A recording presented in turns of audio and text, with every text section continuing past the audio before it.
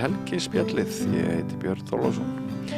Brynhildur Guðjónsdóttir, leikari, leikskáld, leikstjóri, söngkona, fyrrum leikhússtjóri, gestur minn í þessari viku. Margverðlaunuð, fékk COVID í fangið skömmu eftir hún varð leikhússtjóri Borgarleikhússins og þurfti að loka sviðinu. Ég held hún hafi kynnst manninu sínum á Brókinni. Ég heyrði hann að syngja undurfallega á frönsku í kirkju í vikunni og bað hana degi síðar að koma til okkar í Helgispjallið og hún sagði bara já, hún hingaði hún komin þessi magnaða listakona. Ertu velkomin? Kæra þakkir. Takk fyrir að bjóða mér. Mjög gaman að fá þig. Þegar ég hafði samband við þig, af því við þekkjumst ekki neitt, við hefum aldrei hist, held ég. Nei, það nokkuð. Áður, nei, ég held ekki. Þegar ég hafði samband við þig. Gaman að kynnast þér. Já, sömuleiðis og ég hlakka til að kynnast þér betur. Að þegar ég hafði samband við þig, þá varstu bara frekar svona snögg að segja já og augljóslega laus á þessum tíma sem að þessi upptaka fer fram. En ertu þannig manneskja svona alla jafnað og eigir auðvelt með að taka hraðar og skjótar ákvarðanir? Því sumt fólk sem maður talar við og biður að komi svona langt viðtal, það tekur sér 6 mánaða umhugsunarfrest. Já, nei, svarið er bara annarkvort já eða nei. Já. Og það var bara já. Það var bara já. Já. Sko, já, ég get tekið ákvarðanir mjög fljótt. Já, einmitt. Og það er nú, að því að áfram verðum að komast. Já. Og það þýðir ekkert að vera klóra sér í hausnum lengi yfir því sem lítið er. Nei, sem minnum á lagið sem þú söngst við þessa útför. Já. Viltu fara með titilinn fyrir mig? Non je ne regrette rien. Já. Ég sé ekki eftir neinu.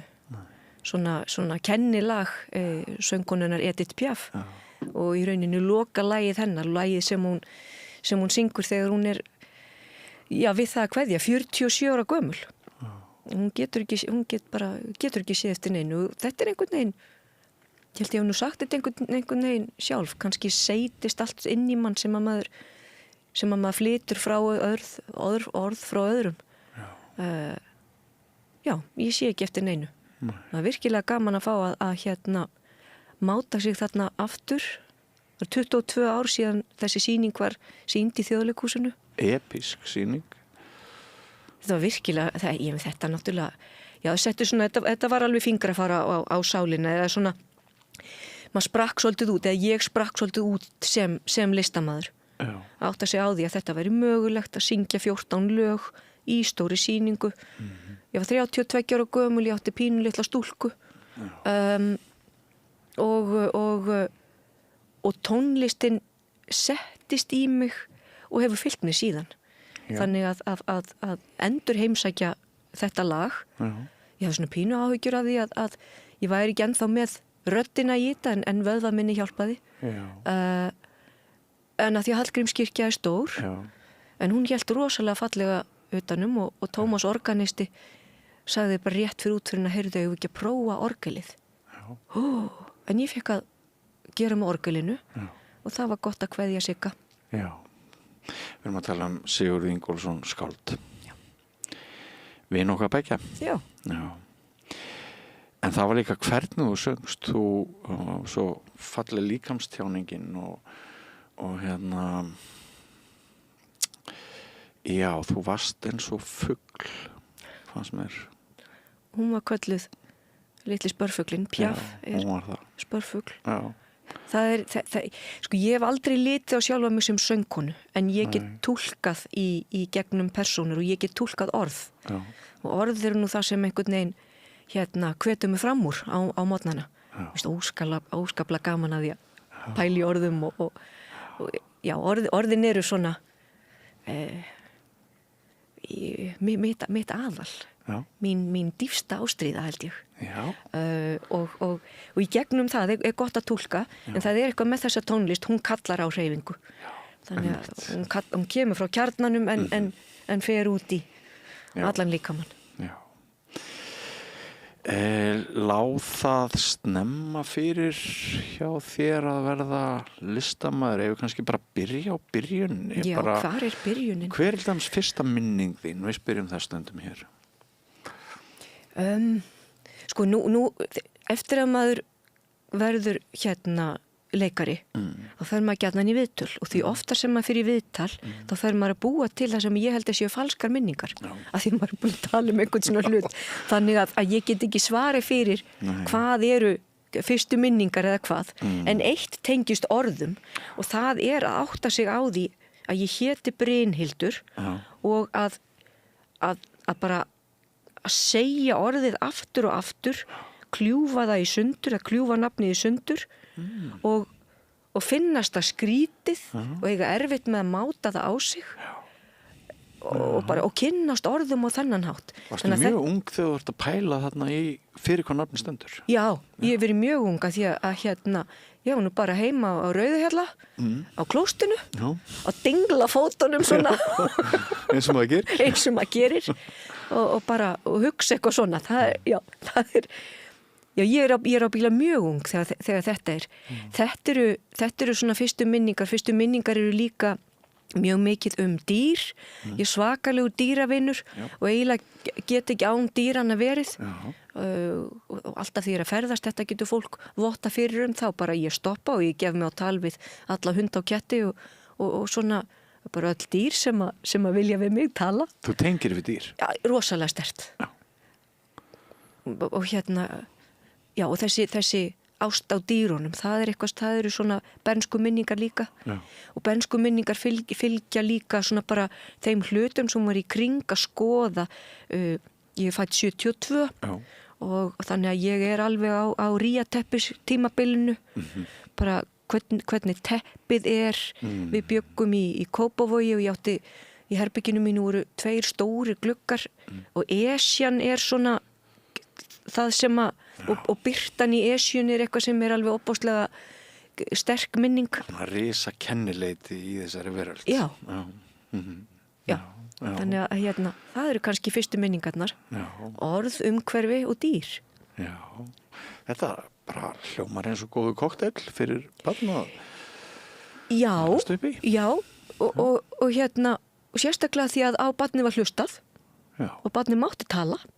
Og það var hvatt til að tala hvatt áfram í skóla og þá varð gaman að verða betri í einhverju átt að segja á því að maður hefði einhvern hæfileika og þá var gaman að fá góðar einkunnir þetta allt saman bara mér til haps Þú ert að minna á það að fyrir barn sem fæðist 1972 var ekkert alveg sjálfgefið að þessi hvatning væri innan heimilisins Nei, segð þú mér. Já, tímanir hafa breyst ansi mikið. Já.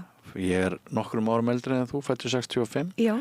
En þetta var svona meiri fjarlægð oft frá foreldurum til barna og hafa svona meira að hugsa þetta veraldlega heldur nýr í dag. Við erum náttúrulega mjög upptekin að því að segja við öll börn sem við heitum þú ert algjör snillingur. Já, en er það raunverulegt? Þannig að ég upplifi miklu meiri fjarlægð á milli fólks núna. Já, þú gerir það. Já, ég gerir það og mér finnst einhvern veginn að bara svona róleg stund heima hjá einhverju fólki getur falist í því að allir séu í sínu snjalltæki og að það sé ekki heilög stund að setjast að borðum og spjalla saman og það sé einhvern veginn að hvatningin felist í því að vera einhvern veginn bestur á einhverjum svona almennum skala í staðan fyrir að vera bestur þar sem að maður er stattur sjálfur að finna hér eru mörkin sem að ég býð núna kemst ég yfir og mér finnst fólk vera að ruglast svolítið í rýminu í andlegum málefnum fara bara of langt í staðan fyrir bara að skoða sjálfan sig í samhengi við heiminn og átta sig á því að við höfum líka endimörk sem manneskjur, einhver endimörk já, ég held að séum á pínu svona villigötum og auðvitað er það en nú er ég að tala stórt og almennt en svo eru líka börn sem að búa alveg rosalega gott atlæti en það þarf að hvetja, það þarf að tala við börn það þarf að sýna þeim hluti það þarf að leyfa þeim að gera hluti sem eru hættulegir þú veist, maður verður að fá tálkaspýtu maður verður að fá að detta Þarna erum við svo saman það verður að vera eitthvað svoleiðis en þú þarft ekki að vinna einhverja keppni það er gaman að hlaupa hratt en þú þarft ekki að hlaupa hraðast og finnast þú vera engin ef þú getur það ekki. Það er svona, ég held að það verði aftur hvarf til fortíðar bráðum vegna þess að tæknin mun sprengja okkur. Framheilin í fólki ræður ekki við þetta. Og við getum ekki orðið tóm hylki því við fyllumst bara ótta og tilvistar ef við erum alltaf að skoða. Við Íslendingar getum verið svo ruglu líka. Þetta er bara svo mikið, við erum svo mikið magn umfram gæði fólk. Trillast allir að opna búð einhver staðar og þetta að komast í frítt dót og eitthvað tilboð og kaup eitthvað. Þú veist, ég er svona alveg talsmaður þess að bara Temu á að vera bannað á Íslandi. Það bara dót á bara hætti að panta drasla á netinu og verið síðan eitthvað bara, mér líður illa. Bara, really? Allavega. Ég bjó við mjög gott atlæti og hérna foreldrar mínir, pabbi minn er menntaður kennari og mamma mín var menntuð fóstra. Þau störfuðu nú ekki lengi við það. Pabbi var kennari í Álftamýraskóla og mamma var fóstra tíma og þau unnu bæði í Herleysingjaskólanum og þar bjöggum við tíma. En Kópavogurinn voru svona æskustöðvarnar og pabbi minn var skólafulltrú í Kópavogi þannig að hann starfaði mikið við skólamál áður en hann var starfsmannastjóri Rafmagnsveitu Reykjavíkur og svona færði sig yfir í annað og mamma var fóstra, vann líka í verslunum, vann hjá Kristjáni Siggeirsyni lengi þannig að svona finnsk hönnun var eitthvað svona sem var inn á heimilinu.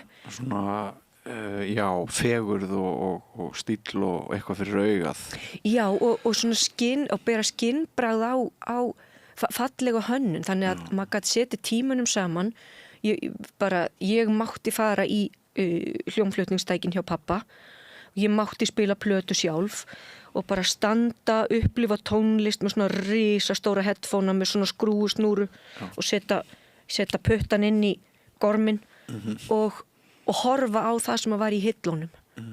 Horfa á þjóðsögur Jóns Árnasonar og bara svona, þarna er eitthvað hættulegt. Ég vissi að veru draugar í einni bók og ég vissi að veru álfar í annari og bara kann ekki lesa en bara það var bara eitthvað svona máttugt þar og síðan einhver skál og einhver úttálkaður fugl og einhver bara svona örfáir hlutir sem eru, þú veist, Ítala, ég vissi alveg hvað Ítala var því ég var barn og Marimekko og svona og bara, mér finnst það mjög dýrmætt. Þeir sem ekki vita hvað það ertu að tala er það ekki finnskur kristall? Jú, Ítala er það allt saman kristall. Nei, jú, en það er svona ekki. Þeir Alvar Aalto hannaði meðal annars fyrir Ítala og það eru svona frægir vasar sem eru mótileraðir á finnskum vötnum. Þetta fannst mér rosalega merkilegt. Og svona þegar maður svo horfði maður á landakort af Ísland og hugsaði, hvernig væri svona vasi sem væri eitthvað íslenskt vatn. Ég held að Þingvallavatn yrði alveg ljómandi fallegu vasi. Ef ég má aðeins bakka Já, gerðu það, bakkaði. Ég náttúrulega fer víðan völl eins og þú hefur. Eins og ég líka. En mér finnst svo áhugavert þetta sem þú segir með lífsáskan. Já. Að við verðum að leyfa bara fólki að vera til og ekki síst börnum. Mér hefur fundist í vaxandi mæli hérna í seinni tíð að óttinn við að eitthvað geti komið fyrir lami sjálfan tilgangin með lífinu. Að ef þú ert alltaf hrædd að eitthvað geti komið fyrir barnið þitt, þá myndu mögulega sníða því þannig umgjörð að bara að lífið verði síður þessu verði að lifa því. Ég hef líka mjög mikið pælt fyrir mér mikilvægi þess að verða svangur og mikilvægi þess að verða þreyttur og að leiðast Já. og enginn getur leikið. Nei. Og það er óbærileg tilfinning og að bíða auðvitað getum við öll og við verðum að geta bægt frá okkur þessari lífsangist að þora ekki flugvél, að þora ekki að keyra, að banna börnunum að gera allt að því eitthvað, en lífið er þannig, lífið býður líka upp á alls konar og við erum í auknum mæli líka bara það sem nálagt okkur, við heyrum allar hörmungasögur og lífið er þannig, það er bara stútfullt af hörmungum. En einhvern veginn verður mannsandinn að fá að lifa inn í því. Þegar ég varð móðir, ég var 27 ára gömul og allt í einu var þetta bara svona, ég man eftir tilfinningunni að setja barnið mitt í svona bílstól og við erum bara út á hérna Landspítala og ég átti heim á Baldursgötu og bara það að setja barnið upp í bílinn og eiga að fara að keyra ég fór bara hágráta og því nú var bara ég vissum að einhver myndi koma bara á fljúgandi fart og keyra á bílinn og þetta myndi allt fara sem betur fyrir þetta bara svona einstök tilfinning sem að hverfu síðan en ég skil alveg að fólk fyllist svona hérna ótta og angist en einhvern veginn verðum við bara að hafa það af í þessu lífi og hérna ég held að þakklæti sé ég er rosa þakklátt fyrir allt sem ég hef og allt sem ég á vegna þess að ég hef fengið að prófa að leiðast að dauðleiðast og leiðast svo mikið að maður var bara að farast inn í herbyggi. Manstu föstudaginn langa? Föstudaginn langi var hræðilegur og líka annar í jólum þegar mátti ekki neitt og hvernig bara allt var lokað nei það var jóladag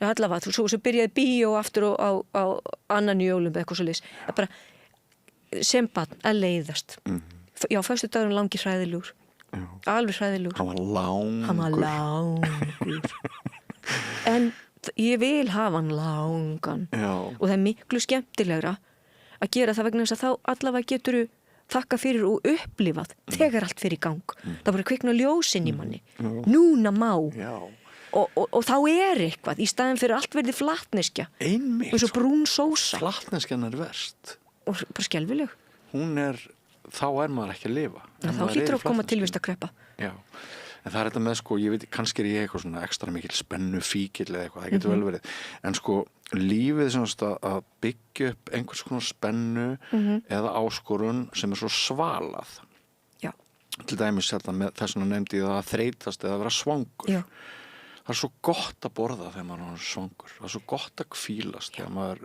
er þreyttur og þá flæða einhver efni og þá koma bjartar hugsanir og einmitt út af þakklæti og þá verður maður þakkláttur fyrir það að bara, það bragðast ekkit betra en eftir einhverja göngu bara einhver samloka, þvæld samloka upp úr einhverju boksi út í náttúrunni Guð minn almáttugur, það er ekkit betra Eitt af því sem ég hef á hodnum mér þar eru þessi brúsar sem allir eru með sítengda við sig að leikur þessi komin snúra bara hérna í munnvikið úr einhverjum brúsa að fólk þarf að drekka á 10 mínútna fresti, fá sér vatnssopa veit það ekki hvað það er gott að vera þyrstur Ég veit ekki, ég held að þetta sé bara partur af þessu ofgnótt og kannski er það að bara að það er allir að reyna að finna sér tilgang fólk sem er sínartandi alltaf að fá sér eitthvað orku þetta og orku hitt og drekka orkudrykk og eitthvað svona, ég fyllist bara svona mótþróa röskun, ég ætla bara aldrei að smakka þetta ég hef aldrei smakkað orkudrykk ég hef aldrei farið á hoppjól ég meina þú veist, svo er maður alveg skrítinn skilur það allt í lagi en það er bara vegna þess að ég þarf bara ekki á því að halda ég bara fæ mér mat og ég vil ekki borða nema í þessu svöng En hefur aldrei farið á hoppjól? Nei, ég hugsaði bara þegar hoppjólinn komu bara úr seint og ég var bara orðin eitthvað x gömul og ég ætla ekki að fara að brjóta mig núna ég þarf ekki að fara á hoppjól ég hjóla bara venjulegu Er þetta ekki mjög skynsamlega ástæða? Ætli það ekki? Ég meina, ég get ekki staðið í því ég bara má ekkert vera að því að brjóta mig Það er nefnilega málið Ég ekki tíma og dálítið vondur kostur fyrir ölvað fullorðið fólk að halda sko að það sé að stytta sleið í lífinu. Þetta alveg glata þannig að svo alltaf svo var þarna misfella. Þú veist, þetta var sandur, ég hélt þetta væri malbygg og það verða það ekki og það, ég fó bara aðeins utan í kantsteinin og þá erum við komin í hitt. Bara, það getur snúist upp á stýrið, þú getur fengið það í munnin á þér. Ég bara ætla ekki að gera þetta. Ég geri bara eitthvað annað. Já. En ertu einbirni? Já. Þannig að það hefur svona það á sinn þátt í þinni mótun. Það sem að tala athygli og tala frelsið, tími, virðing, aðdáun. Já. En rosalega strangt. Mikið aðhald og strangt. Og maður vildi standa sig vel. Af því að skömmina vill maður ekki. Skammirnar. Nei. Já. Og mamma og pappi unnu alltaf mikið. Og manni var alveg haldið við efnið. Og svona, ég var sein að læra á klukku og það var svona, þetta er ekki gott. Þetta er ekki gott. Eitthvað svona. En já, strangt en fallegt, heiðarlegt. Og hentaði mér vel. Gekk vel í skóla? Mjög, já. Og naut mín þar. Og var með frábæra kennara. Rósa kennari í Digranu skóla, yndisleg manneskja. Var einn vetur í Svíþjóð. Þá fór sem sagt pappi í nám og mamma var að vinna. Og við bjöggum hjá móðursystur minni í Gautaborg. Og ég fór í 7 ára bekk. Og það var alveg frábært að þurfa að kasta sér inn í annað tungumál. Og svona eftir á að hyggja þá hefði maður vilja, það hefði bara verið frábært, það hefði bara kínversku eða arabísku eða einhverju rústnesku verið kastað á mann. Að því ég held að kapasitet bassins svo mikið. Þau geta lært 4 tungumál á ákveðnu árabili bara í einu. Já. Það eru dæmið það. Og einhvern veginn maður bara mætti í skólan og skömmu seinna var maður orðin altalandi á sænsku. Og þetta með söngina, því ég líti ekki á mig sem söngvara, en ég hermikráka. Þannig að svona hljómfall í tungumálum, þess vegna lágu tungumál alveg rosalega vel fyrir mér. Af því að þetta er bara hljómfall og einhvern veginn, og maður lærir bara með hljómfallinu og að læra kúltúrin, þá getur þú tala tungumál frekar en að vera að ströggla við málfræði og á bókina. En kalla náttúrulega á að þeir sé gefið tóneyra. Auðvitað. Það segir sér sjálft. Já. Og eru listir aftur í tíman í þínum ættum? Eða? Nei, nefnilega ekki. Sem sagt, foreldrar mínir eru bæði svona uppeldismentuð og annars verður þetta mikið bara verslunarfólk og sjómenn. Þannig að það er bara stránkeiðilegt og svo kapitalismi hinum einn. Já. Það er svo gaman að skipta störfum í heiðalegu störfin og hinn sem eru síður heiðaleg. Já, og þú veist, og síðan er ekkert heiðalegra en einhver bara kaupmaður sem er bara að reyna að draga fram lífið á því að selja eitthvað. Vegna þess að það er afi minn Páll Sæmundsson átti sem sagt Liverpool, stofnaði Liverpool á sínum tíma. Hann vann hjá manni sem var frá Liverpool, var vikapiltur hjá honum og tók síðan nafnið og opnaði Liverpool og byggði Laugaveg 18A. Þannig að það er móðurafi minn og föðurafi minn, ég bara því miður kynntist honum ekki. En afi minn Magnús, hann var sjómaður og þannig að það er svona saltjarðar og svo hitt en hvort tvekja heiðalegt á sinn hátt sko. Já, ég var staddur í 12 manna kvöldverðarbóði daginn og við komumst að því að það væri bara eitt okkar sem að inni heiðalega vinnu, það var húsasmiðurinn sem var í hóknum. Já, og fær hann eitthvað að byggja eða fær hann bara að kuppa saman svona álblokk? Maður spyr sig. Svo rannar, já. En sko, var þér boðið snemma að í tómstundum að þroska huga og heila og sálu með einhvers konar listkursum, tónlist eða eitthvað? Já, ég var í tónlistaskóla Kópavogs og bara hérna þegar ég var búin að spila fiðlu hans á blokkflautuna í 2 vetur og gekk ágætlega. Já. En félst ekki fyrir honum? Nei, ég gerði það ekki og mér lánaðist ekki að læra að spila á píanó. En ég með þetta sterka tóneyra, en ég spila ekki á hljóðfæri. Nei. Bara gerði það ekki. Engin ást á milli þín og blokkflautunar? Nei, engin. Nei, og þú veist, maður bara deili sömu reynslu. Maður búin að spila góða mamma og lita þarna blaðið og eitthvað. Nikulás er nokkuð hás, tókstu það? Býtum hvernig það? Nikulás er nokkuð hás á sínum bás, nokkuð hás á sínum bás í fjósi. Þetta eru sem sagt tónar blokkflautunnar. Já, ábyggilega. Heyrðu tónin í þessu, sko, maður bara missir alla lífslöngun. Það er ekki bara... Já, allir sitjandi einhvern veginn við borð með liti fyrir framan sig og þá langaði mann meira. En ég skil það að hérna, kannski var það svona að tónfræði á þeim tíma, þetta virkaði eins og einhver starffræði fyrir mér. Og starffræði hefur alltaf vafist fyrir mér. Já, það? Alltaf vafist fyrir mér, já. Og hérna... En ég held að ég þurfti bara aðra leið. Það var bara einhverju lokaði dyr. Ég þurfti að komast annar staðar inn. Vegna þess að skiluru, ég er ekki treg, bara með vantaði einhverju aðra leið inn í starffræði. Af því að svo skilum maður, þú veist, umfang og einhvern veginn, ég skil alveg umfang og burðavirki og vísindi, en ég átti bara rosalega erfitt með að hérna tilenga mér munnlega sannanir í menntaskólanum. Ég var bara, hvað er þetta? En ef ég hefði hittið 10 ára gamla og ég hefði spurt þig hvað ætlar að verða þegar þú verður stór, hverju hefðir þú svarað? Þá hefði þú heyrt flugmaður. Já. Það hefði þú heyrt. Mér langaði alveg til að verða skautadrottning. Á þessum árum er hérna, 10 ára, 1982 Brynhildur er hérna, það er áfram dýrin. Ég vildi vera flugmaður og eiga jarpan hest og stangamjöl, þó að hesturinn vildi það sjálfsagt ekki neitt. Þau voru bara svo flott.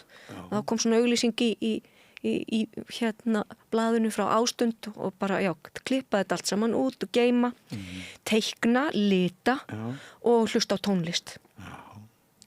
Mikið bara í kollinum á sér og ótrúlega gaman að leika og dagdreima, klippa, lesa. Þannig að þú hefur svona töluvert verið mikið ein sem barn? Já, óhjákvæmilega. Það var bara þannig. Já.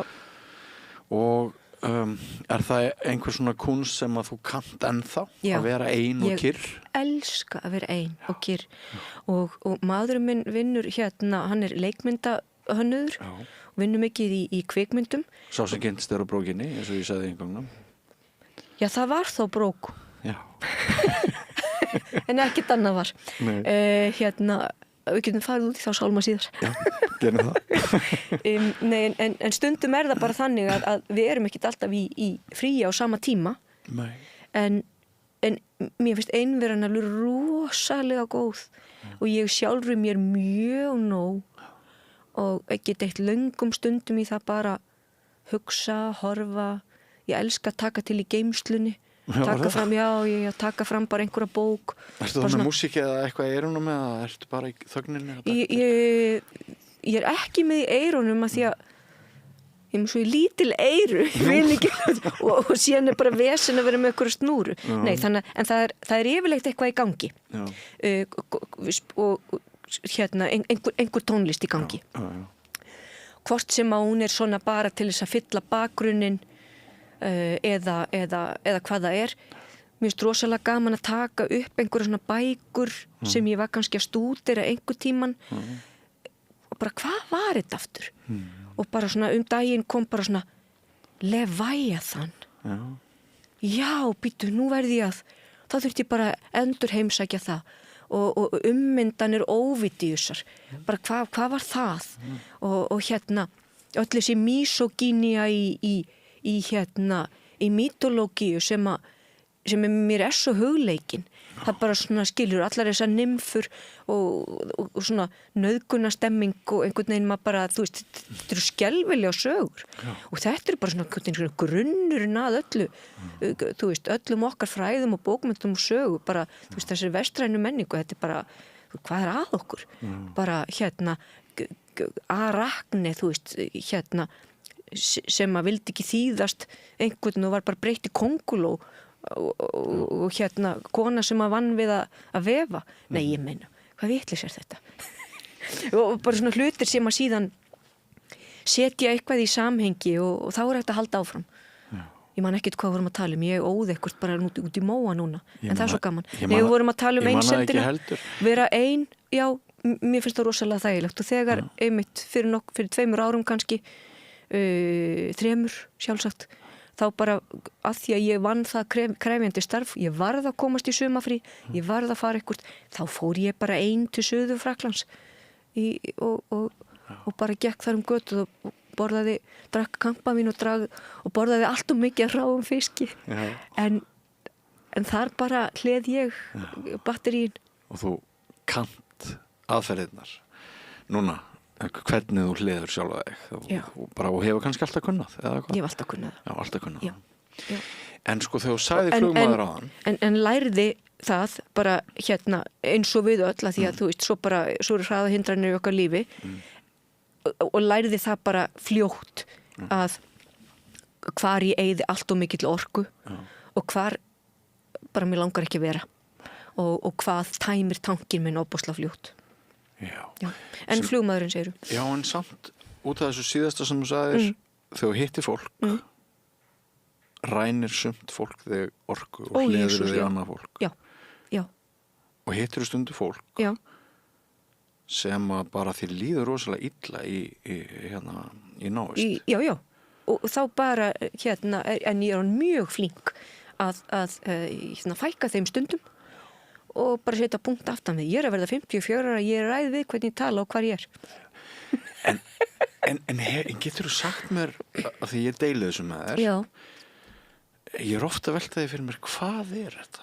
Já, hvað þetta sé? Hefur pælt í því eða hefur reynt að greina það, þú veist?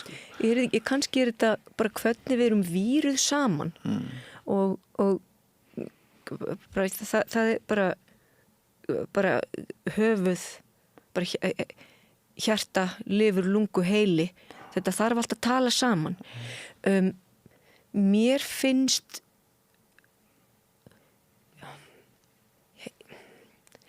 ég held að mér finnist erfitt að vera nálægt fólki sem að situr illa í sér sjálfu er alltaf að leita fram hjá þér það getur ekki dvalið og það er ekki að tala við þig, það er ekki að spurja það segir þér í formu spurningar og þú veist að það er eins og komið, já nú er þetta svona, hvernig líður þið með það? Og þetta verður bara eitthvað svona nei nú er bara hér er ekkert samtala því að viðkomandi bara að segja mér og ég hef ekkert við þá vitneskju að gera vegna sem ég veit alveg sjálf.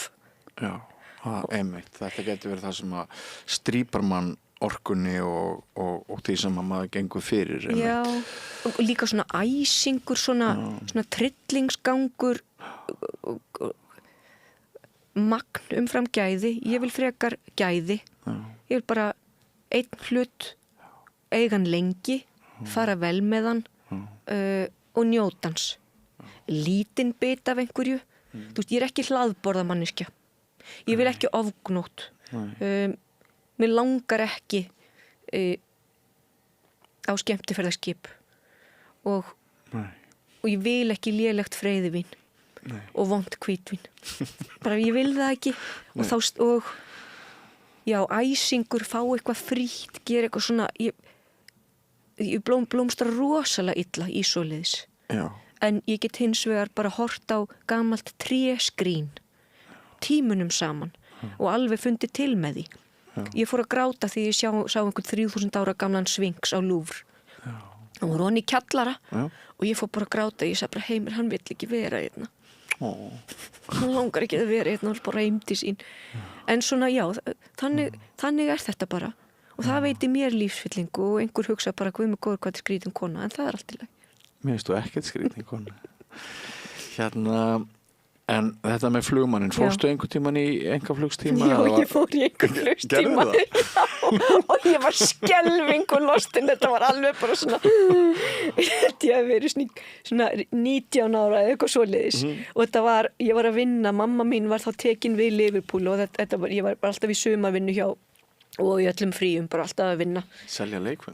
Selja leikföng, já, en ég var 15 ára þegar mamma tók við versluninni þannig að þú veist, ég græti ekkert á því. Nei, okay. Þar áður var hún að vinna í Völuskrín þannig að ég fekk bara einhver svona 3 þroska leikföng og finnska stafakuppa og bara ég var alltaf bara mjög sátt við þetta þó ég hafi ekkert getað stafað úr þessum finnsku stafakuppum, það bara vantaði hansi marga stafi til þess að geta sett eitthvað íslenskt saman.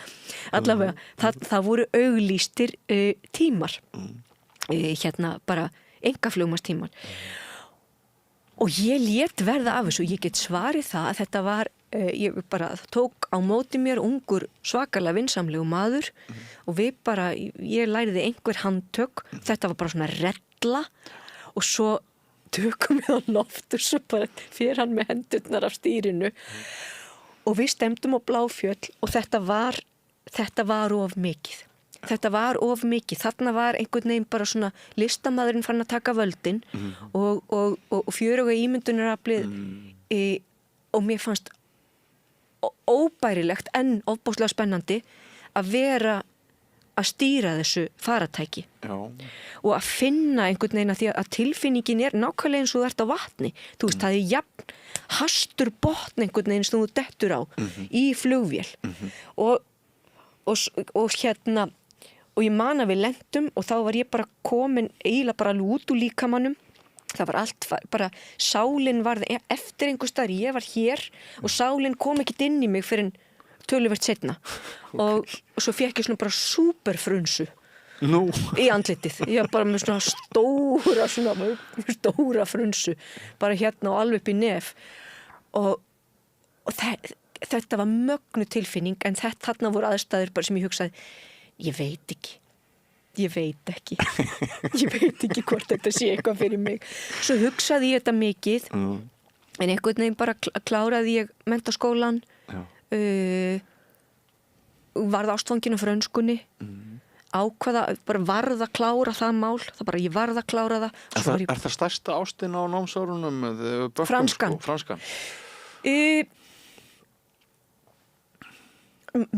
mörg svona ástarsambönd við lærdóminn og fullnægjuna við það að tileinka sér eitthvað og fá staðfestinguna á því á einhverna blaði að það var gott þetta er svona tilvistarlega sprengingar en bara tungumál voru mér svo opbóðslega auðveld og ég hefði geta gert mér lífið miklu auðveldara hefði ég bara farið á máladeild en nei, þá er það þetta er mótþróin og ef einhver segir ég get ekki eitthvað og þá ger ég það það er rosalegt, þetta er mjög harður húsbóndi sko og svona en einhver sagði bara þú getur ekkert farið í starffræðideild þú átt bara verið og þá bara svona alveg þrjóski þursinn af stað en franskan var vissulega mikil ástríða og mér fannst yndislegt að vera í málvísindi fannst mér alveg svakalega spennandi og svo var þetta bara kepli ég ætlaði að tala þetta tungumál ég ætlaði ekki bara að vera slarkfær ég ætlaði þangað og þá ákvaði ég að fara í háskólan bara strax eftir útskrift í MR og svona fekk frönsku velunin frá sendiráðinu í MR og það er svona bara allt sem svona réttir aðeins úr hryggnum og opna brjóstið og staðfestir að maður gæti hugsanlega komist lengra og tilfinningin að vera í Frakklandi, þú veist sérstaklega í París, þar sem að menn getur alveg verið dónalegir, alveg þekktir fyrir að tala fólk niður og þetta er bara eitthvað þetta er bara einhver vani, svona leiður vani bara svona eitthvað svona mikil dómharka og eitthvað en að geta farið á kaffihús og sagt brandara og þjónninn hlær og maður bara svona, ok Þetta gekk. Já. Þetta gekk. Og ég staðfesti tilvist mína fyrir mér. Ekki fyrir neinum öðrum, bara fyrir mér. Einmitt. Ég hélt líka tíma að ég myndi verða myndlistamæður.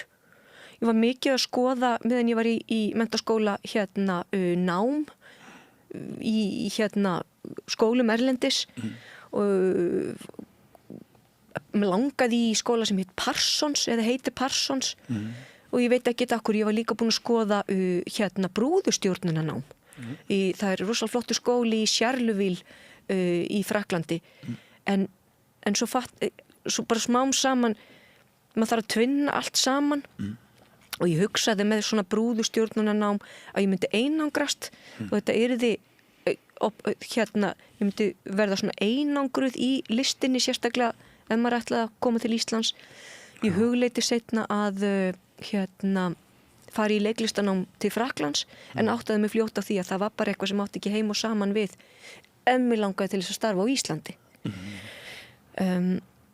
En já, franskan var bara þessi ástríða og þegar ég var bara í frönskunni þá naut ég þess mjög, málvísindin sem var svona sterkur bara grunnur að einhverju sem að leiklistin hefur notað alveg svakalega mikið af því að maður er alveg rosalega vel læs á klassískar leikbókmenntir verandi með eitt latneskt tungumál og málvísindi í handræðanum. Það er bara, eftirleikurinn verður svo auðveldur. Allar tengingar í mítológíu, í trúabrögð, í öll trúabrögð, bara öll þessi tæki og tól sem að klassískir höfundar notuðu og ekki síst Shakespeare, stóra ástin. Og það er náttúrulega fátt ásamlegra en að læra nýtt tungumál og finna hvernig skilningur manns á menningu færist til og eikst, hvernig hugmyndirnar, hvernig maður fær nýjar hugmyndir, hvernig maður tengir upp og nýtt. Já, finnst þér ekki stórkostlegt? Ertu svona málakall? Já, ég er málakall og var á málabraut í Emma. Já. Og það er eiginlega ekkert sem hefur veitt mér eins mikla fróun eins og þessi stækkun mannshugans sem felst þú notar fróun, ég notar fullnægja þetta er svona bara af því að þetta er það að kulminera í tilvistinni. Ég hef nú sagt sögun af frönskunáminu fyrir norðan, ég held ég hef nú bara gert það nýverið en ég get sagt þér að svona þér til gamans og örugglega einhverjir að horfa á þetta spjall sem að horfðu ekki á síðast að þú veist að framburðurinn skiptir mjög miklu máli í frönsku. Jú.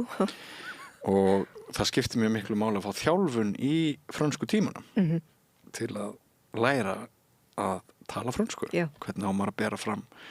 Þetta er náttúrulega glænýr málheimur fyrir Íslending sem hefur kannski lært þýsku eða íslensku, ensku en svo bara, þú veist, allir þessi stafir sem það berði ekki fram og allt þetta sko. Nema það að einn vetur þá var ég með kennara sem fannst bara ansi gott að fá sér í glas og var að auki að ég hygg ansi lyfjaður. Og þessi kennari sem sagt gleymdi því alltaf í hverjum einasta tíma að í síðasta tíma höfðu bara 5 fyrstu í stafrófunu fengið að lesa, fengið að spreita sig á frönskum texta að lesa upp. Og í næsta tíma voru bara aftur fyrstu 5. Ari Já. Og ég slapp Björn. Nú, það fór ekki lengra. Nei, ég held að hafi farið kannski niður í Davíð eða hvað það var sko. Ég er rétt slapp, þannig að ég fekk alveg fyrirtaksþjálfun en allir fyrir neðan Davíð, enginn þeirra fekk neina þjálfun heilaðan. Vá, hvað þið fyndið. Finnst þér ekki? Jú. Harður heimur. Já, þú slafst inn í þetta góða. Einhver hefur hugsað með sér, Þormóður hefur hugsað, ég slapp, ég þurfti ekki að gera. Já, skamgóður vermir. Já, skamgóður vermir. Nei, þetta er franskur framburður er rosa sérstakur og það eru essin yfirleitt sem kom upp fólk. Jú. Það er alveg sama hvað þú ert svakalega góður. Essin eru svakaleg. Já, einmitt. En Já, en ekki varð hún flugmaður og ekki varð hún læknir heldur. Nei. Það er ég bara get ekki blóð. Nei, þú getur ekki blóð. Mér finnst ekkert gaman að sprautum. Nei. Ekki neitt. Nei. Ekki það. En maður svona sko finnur alveg að þú varst að miða hátt. Það var háleit markmið. Alltaf háleit Hvort sem það er himinin sjálfur sem þú flýgur í eða læknir eða... Já, almennilegt skildi það vera. Almennilegt skildi það vera. Já. Hvað með fas? Hvað með framkomu? Fékkstu hérna tilsögn, var ég sagt að rétt úr bakinu við kvöldverðin, var eitthvað talað mikilvægi pósunar? Nei. Ég hef bara alltaf setið svolítið bein. En já, draumurinn að verða svona skautadrottning eins og verið í sjónvarpinu, það var ekki. Og mamma bara hristi hausinn þegar mér langaði til að fara í Gerplu. Bara, nei, sleppum því. Bara, en myndlistaskólinn var minn griðastaður. Það var griðastaður? Já. Leir og dúkrista og eitthvað svona. Mér fannst það æðislegt. Nei, sem betur fer, það var enginn að atast eitthvað í hérna líkamannum á mér, hvernig ég stóð og hvernig ég gerði og hvernig ég var. Nei. Ég heldur interessant að þessi forskot sem að mörg börn fá, mikilvægi þess að sitja borðsiðir og annað.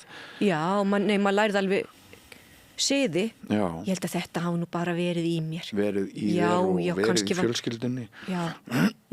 Það er allir rosalega vel uppaldir hjá okkur. Já. En þess að sumt fólk lendir í svona menningar gati, sko, þegar það er orðið fullorðið, það er með alls konar hæfileika og alls konar getur til þess að gera alls konar hluti. En það er svona einföld atriði sem að aðra fjölskyldur bara er hluta móðurmjólkinni í öðrum fjölskyldum sem að það getur verið erfitt að kenna gömlum hundi að sitja. Já. Og það er svona margt sem að er á þessum árum sem að er mikilvægt að pikka upp en verður erfiðar að tilengja sér síðar samanber þetta með tungumálin. Já, nei, ég er bara alin upp af fólkið, það er allt almennilegt. Þú raðar skónum þínum, þú tekur til eftir þig, þú tekur til í herbygginu þínu, við vöknum og við þrífum helgar. Það var ekkert rugl. Nei. Hvergi, aldrei. Nei. Það er regla og reiða. Já. Og heldur þau eftir á að hyggja að það hafi ekki reynst þér mjög dýrmætt veganesti? Guð minn almáttugur, ég bara, eins og ég segi, bara þakklætið er ofar öllu. Og hérna, það var farið á skíði, en það var passað að vera komin heim fyrir hús á Sléttunni. Þetta var bara ballans í öllu. Sem var klukkan 16 á sunnudag? Já, sunnudagshugvekja fyrst. Vá, ég man eftir því hvað maður hlakkaði til. Vá, stórkostlegt. Þegar Lára var blind, hvernig datt þeim það í hug? Það var margur sásökin. Í þessari seríu. Já, en bara sem betur fyrir, þá læriði maður eitthvað. Það er ekki allt bara eitthvað rósis, það er ekki svo liðis. Nei. Nelly líka. Nelly, hún er rosa flottum fötum, en leiðileg var hún. Já. Það vantaði ekki. Með slöngulokkan alltaf eitthvað snú upp á sig og mammenar, manstu, vá, hvað hún var leiðileg. Já, hún var það. Olsson. Nelly Olsen, já, Olsen. Já. Ég var svona grippa. Já, svona. Mitt. Vá, ég hef ekki hugsað húsið á Sléttunni í 20 ár en svo finn ég núna að þetta liggur allt bara þarna. Og hugsaði, svo var húsið á Sléttunni og síðan var bara sest eftir kvöldmatt og hort á skemmtiefni og það var Dave Allen. Það var kall sem drakk viski, sagði neðanbeltisbrandara og satt á svona stól og reykti vindla og allir bara ha, þetta er sniðugt. Prúðuleikararnir, þar er alveg bara, þar er tenging og síðan byrjar þetta þessi hermikrák, þessi límheili. Svo kunni ég bara alla texta og allt utan að. Ég kunni allt með Ómari, allt með Hall og Latta. Rut Reginalds var æði. Katla Margrét. Já. Þetta er bara svona. Abba, æði. Meatloaf, æði. Í alvöru? Já. 1978 held ég að ég fari rétt með. 78 fæ ég 2 plötur í afmælisgjöf. Það var annars vegar Arrival með Abba og Bat Out of Hell með Meatloaf. Og ég held að einhver hafi aðeins verið að rugglast og bara ekki átt bara átt plötuna og bara gefið hana. Eða hvernig það var. En þetta rataði tvennt til mín. Já, vá. þetta er viðtal við þig, en ég verð samt að segja þér, ég hef komið fram með Meatloaf. Vá. Reiðhöllinni 87. Í Reiðhöllinni 87. Sturlaðist upp á sviði í beinni útsetningu. Mér var ekki, ég átti að spila hljómborð, við áttum að hita upp fyrir hann. Ég var í hljómsdeinni Stuðkompanið. Já. Og það átti að vera þannig að við hituðum upp fyrir Meatloaf. Já. Og ég var umboðsmaður hljómsdeinina líka og hann hefur sem samband við mig, umboðsmaður Meatloafs og Meatloafs, það er mjög gott að fallbeygja hann nafni þessi bara hafa þetta rétt. Og við fljúum, ég man ekki hvort fórum í rútu eða flugum en það tók allavega langan tíma að komast í Reykjavík vegna illviðris, gerðum út fyrir norðan á Akureyri sko. Já. Og svo þegar við komum í Reiðhöllina þá segja starfsmenn að við mætum svo seint að það sé búið að soundchecka og við getum ekki spilað. Nei. Það verði ekkert af því. Nema ég bara ætti þar á Mývatnssveit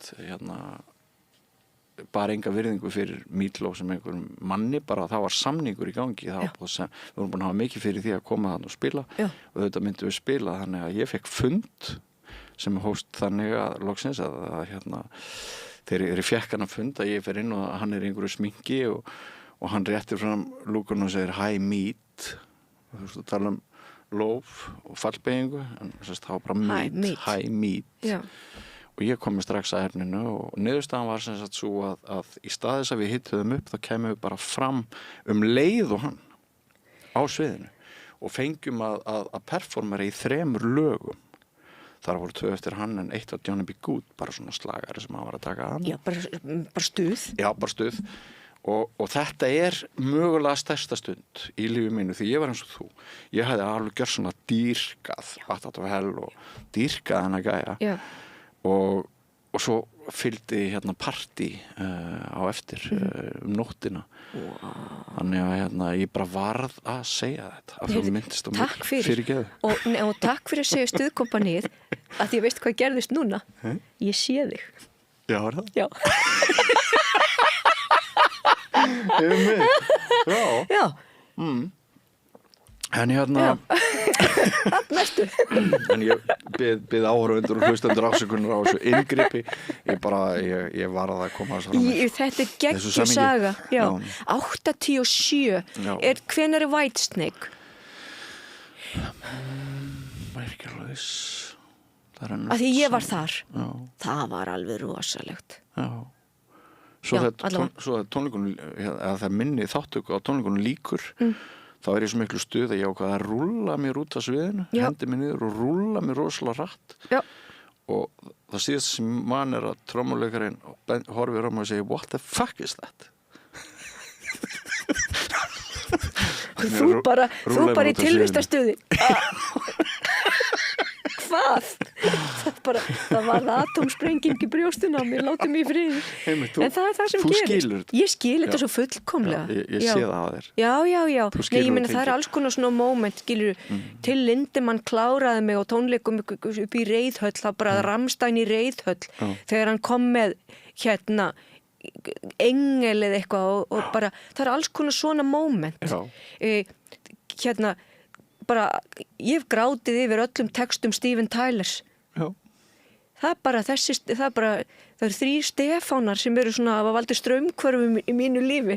Það er bara dálítið fyndið. Það er Stefán Baldursson, fyrir þjóðleikustjóri sem að sá mig sem listamann, gaf mér tækifæri og greiddi götu mína.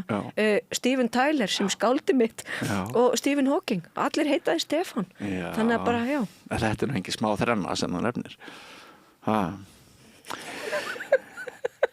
Þannig að bara, en þetta snýst allt þetta er, atómsprengjan í brjóstunni. Mitt. En þú ákveður ekki eftir útskrift úr MR að verða listakona þá þegar. Þú ferð út til Frakklands í bókmyndafræðinám. Já, sko, ég var bara aftur þessi þrjóska, ég var ekki tilbúin. Nei. Og ég var í MR, ég fór ekki herranót. Nei, þú varst ekki herranót. Okay. Ég bara var ekki tilbúin. Bara horfði á og hugsaði ég segi það. Ég er ekki tilbúin. og ég vildi klára frönskuna og þetta bara tungumálanámi í menntaskóla, það bara það sem það þú kemst x langt og þannig ég fór í Háskóla Íslands og á öðru ári þá bauðst þetta gullna tækifæri að fara í skiptinám í Háskólan Paul Valéry í Montpellier, Suður-Fraklandi og þannig þekki ég Sigga heitir, Sigurð Ingólfsson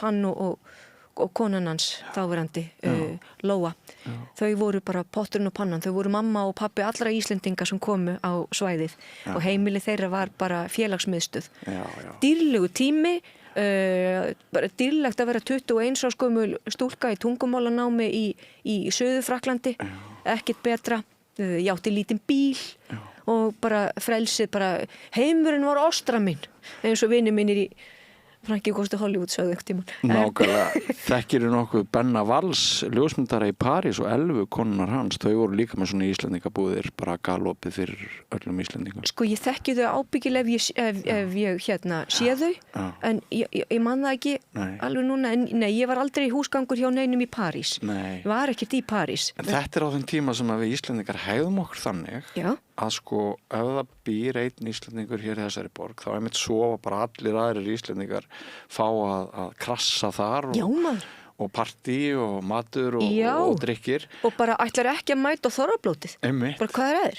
og eiginlega líka sko innanlands að þú veist, ég elst upp í Mjósveit svo satt fyrir norðan svo þegar ég flytti Reykjavíkur þá eru sko frændur og vinir og svona, þegar þeir koma til höfuðborgarsvæðisins þá fæ ég ekki gistingu, jú og þarna eru við sem sagt bara rosa mikið í þessu, þetta talandi það hvað heimurinn hefur breyst þetta myndi ekki gangi í dag Ég veit ekki, það ringir eiginlega aldrei neitt og spyr hvort það með gista sko Nei, vegna sem menningarlega þá erum við svolítið búin að útiloka það Já, kannski er það svoleiðis og við böngur náttúrulega ekki upp á hvert hjá öðru að þess að vera búin að preppa það og við tökum ekkert upp síman, það bara allt á Messenger Messenger reyndar mjög fínn miðill hvað það varðar að bara ínáanleikinni mikill ég svara þar alveg bara eins og ég sé bara eins og þetta sé bara sakramenti skilur þetta bara svoleiðis En þetta var bara svona smá út Já En Frakland sem sagt heitlaði og síðan maður bara komin það djúpt í hlutina og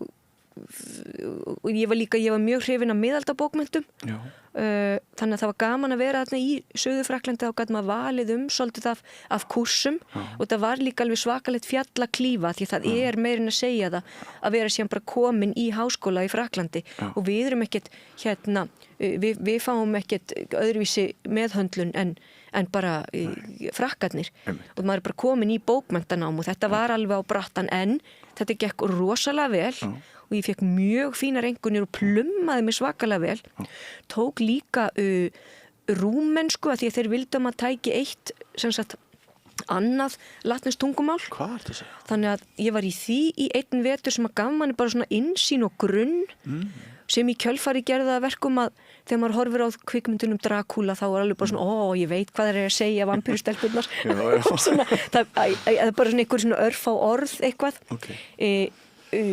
og síðan kom ég heim kláraði frönskuna tók ítölsku með sem kemur sér aldeilis vel núna því að ég að dubla við Verdi bara allt í hennu bara, nú skil ég hversna ég gerði þetta og á meðan ég að skrifa BA-ritgerðina mína í Háskóla Íslands þá vissi ég að ég ætlaði að fara í leiklist og ég var þá búin að fatta það bara að fara í leiklist í Fraklandi myndi ekki vera sko svo framtíð í leiklist sem að ég þurfti á að halda og ég vildi líka fara í eins klassíst leiklistanám og bara væri í boði og ég þurfti að fara á stað þar sem ég væri nálægt Shakespeare þannig að ég sótti leiklistaskóla einhverja í London hafði einhverja að komst inn og hafði einhverja að velja og ég valdi þann skóla þar sem þegar ég kom inn í pröfurnar var bara svona hér á ég heima Guildhall Guildhall School of Music and Drama inn í Barbican Center sem sem annað menningalegt fyrirbæri svona, þú veist, höll brutalismans einhvern veginn sturlað að vera þarna inn í þessum arkitektúr var þar í 3 ár og fannst fjölnaðina? Já, ég held það bara Þú verið nokkrum árum eldri, það ekki heldur en flestir? Nei, sko, það var allur gangur á því, ég var akkurat í miðið, vegna þess að úti er þetta ekki endilega, flestir voru með aðra gráðu og undan, langflestir, flestir eru með classics eða tungumál eða eitthvað, aðrir voru með starfsreynslu, þú veist, það var 32 ára með okkur, ég var 23, eitthvað svoleiðis, alveg á frábærum aldri. Svo voru 2 sem voru bara 18 ára, bara beint út úr boarding school og þau áttu bara öðruvísi ferðalag, en voru bara með annan þroska, en svo er þetta náttúrulega bara hvernig fólk og það er rosalega mismunandi, bara leigubílstjóri frá Manchester, 32 ára, er ekkit endilega þroskaðri en Johnny vinur minn sem kom beint úr boarding school, 18 ára. Það er alveg rétt. Nei, en við vorum alveg nokkur sem að og svona þau sem að ég tengdi sterkast við og urðu mínir bestu vinir fyrir utan Jonathan Broadbent sem að ég elska mjög mikið og lít mjög upp til. Við vorum öll búin með háskólagráðu áður en við komum inn. Já, og þú ræðir Shakespeare hefðina, hún er sterk þarna. Já, rosalega sterk. Hvað þýðir það fyrir leikmann að Shakespeare hefðin sé sterk? Það þýðir bara útskýra það bara fyrir okkur. Svona á bara leikmannamáli. Það þýðir bara það að klassísku fræðin eru í hávegum höfð og það er þá bara unnið eftir lógistík sem er bara líkami, öndun, rödd og svo texti, að þú verður að vera með sterkan grunn og rótfestan líkama til þess að geta byrjað að anda og ef þú andar ekki þá getur ekki byrjað að þjálfa röddina, þannig að þegar þú með rótfestan líkama og þú andar, þá getur þú þjálfa röddina þína og þá ertu tilbúin í texta. Þannig að þetta er í rauninni bara klassísku fræðin, bara akkur erum við að læra latínu, akkur lærum við fornfræði, akkur lærum við sagfræði. Sterkur grunnur og svo kemur Shakespeare ofan á og þar er textin aðal og textin knýr verkið áfram og þú átt ekki að þurfa neitt annað en textan, hann segir þér hvert þú þarft að fara og það er alveg ég var að kenna Shakespeare í Listaháskóla Íslands núna í janúar og febrúar og bara eitt af því skemmtilegra sem ég hef gert kenna frábærum nemendum og þar er aldeilis framtíðin sko í leiklist. Þannig að þegar við förum í leikhús og sjáum mikinn leikara snert okkur með orðum, þá er það bara lokapunkturinn á risa þykku lagi af vinnu og þjálfun. Já. Og sá allra besti sem að snertir því dýfst, honum hefur líka tekist að setja höfuð og hjarta í vinnuna sína. Og hann er óhræddur við að láta lifrina vinna. Lifrina? Já. Og gallblöðruna og alls það sem að dauðasyndirnar, já, sumar búa neðarlega og aðrar þessar hættulegustu búa hérna uppi. Þannig að við erum að tala um frumefnin 4 og við erum að tala um dauðasyndirnar 7 og svo dygðirnar 7 sem er á móti þeim. Og þetta er opbóðslega miðaldalegt en þetta virkar. Þetta virkar? Já, þetta virkar. Og er ekkert verið að gera atlugur að þessari hugsun sem þú lýsir? Er hún hafin yfir gagnrýni og upplausn? Það sé bara enginn eitthvað að arga þrasast út í þetta. Nei. Það eru það fáir sem eru einhvern veginn alveg að fara hún í sauman á því. En það eru alls konar leiklista þjálfun og í rauninni bara Stanislavski er grunnurinn að svo opaslega mörgu. Sumir eru í líkamlegra leikhúsi. Þá þarf fólkið að vinna hlutina utanfrá og inn, meira svona eins og í dansi. En þessi list sem að ég vinn og flesti svona og margir leikarar vinna með, það byrjar inn í og svo stækkum við út. Þetta er bara ótrúlega heillandi heimur spennandi hvernig þú lýsir þessu. Já, ég er gaman að heyra. En Shakespeare, hann er óskoraður kongur. Þetta, og það er algjörlega magnað hvernig hann byggir upp sín verk og og allir földu lyklarnir sem inn í textunum hans bara, og það aðferðafræði sem var mjög gaman að kenna leikara efnunum vegna þess að þau kveiktu öll á því. Það virkar. Þetta eru bara hvernig við förum í gegnum langar og stuttar hugsanir og bara þú veistu það að þú lest ræðu eftir Shakespeare sem í bundnu máli, sem í stakhendu eða blankversi, að þú lest síðasta orðið í hverju línu, ekki síðasta orðið í hverju hugsun, heldur í hverju línu, þá sérðu hvað ræðan er. Já. Bara hvernig virka sérhljóðarnir, hvernig virka samhljóðarnir. Er þetta einhver langur og kalkuleraður, er þetta einhver sem er bara alltaf að skipta hugsun?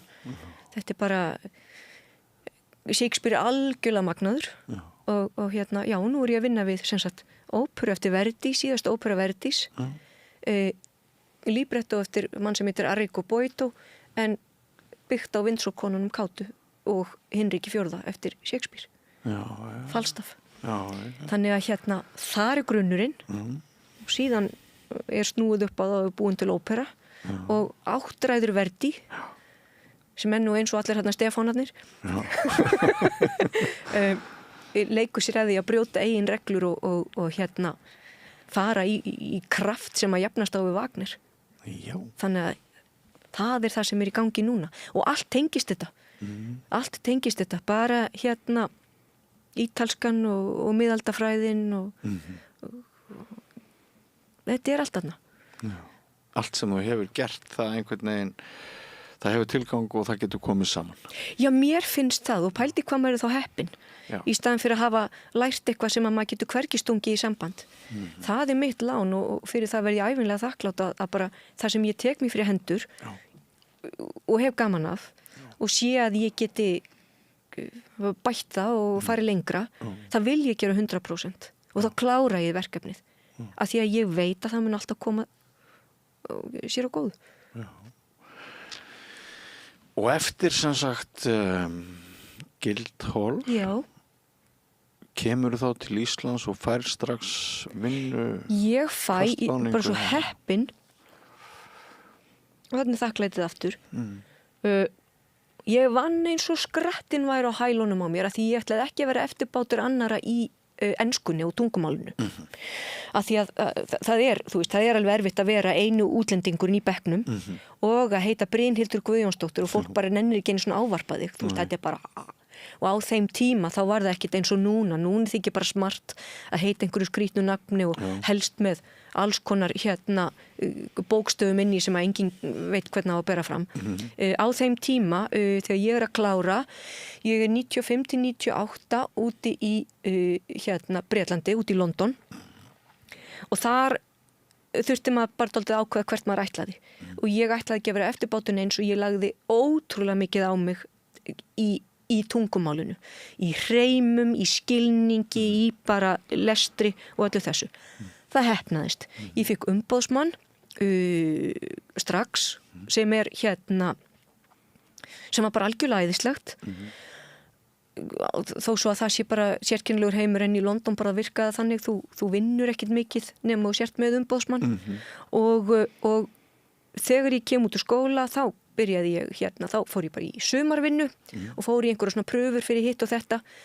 Sumarvinnan mín var að vera í bókhaldinu hjá Catholic Herald, þannig að ég satt einhverja gamla borðtölvu og sendi einhverjum svona sóknum á Írlandi reikning fyrir 1-2 blöðum af Catholic Herald. Það bara yndislegt að vinna á þessum stað, rosalega fornfálegt og myndi einhvern veginn á bara, maður var dálítið svona 18. aldar manneskja þarna.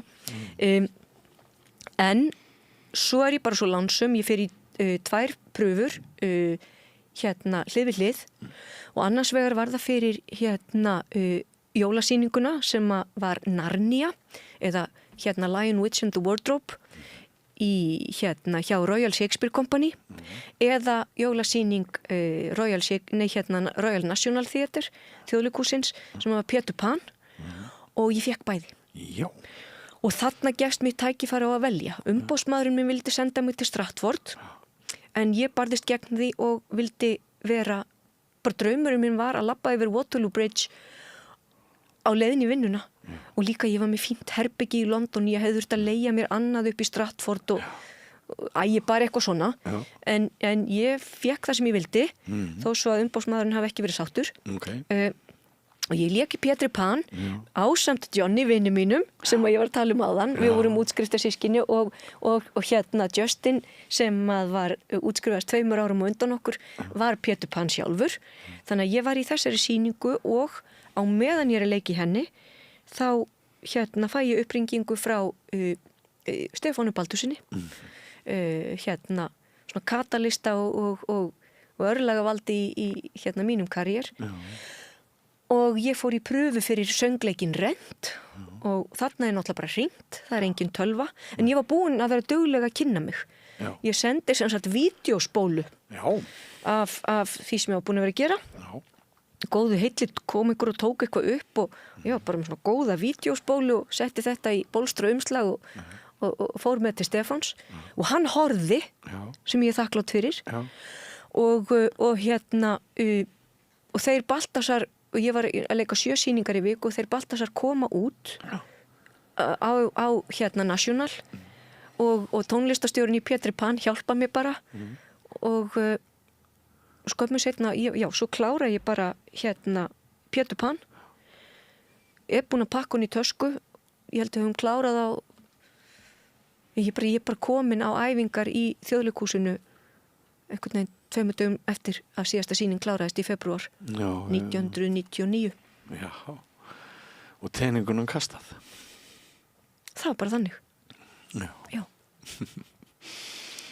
Og náttúrulega bara stórkostlegt og svo því ekki að horfa tilbaka og spurði, okkur varst ekki í London ég er sjálfsagt bara verið að ströggla bara búandi í sama herbygginu þetta er allt annar heimur en já, þar var bara upphafið að ferlinum og símtali var líka sæl, syngur þú rock? Já það var bara dugið að drepast og svo fórum við bara þá leið og það var geggjað ég er rosalega þakklátt fyrir þetta tækifæri og hérna já Þetta er líka svolítið tær og falleg saga og líka mest að skipta máli í þessu fámenna ríki okkar þar sem að þetta tengsl og klíkur og bönd og allt þetta hefur svo mikið að segja sko að þarna ertu í rauninni þú ert ósnortin bara þú ert og þarft að gera þetta og þínum með einverleiku Já Er það ekki?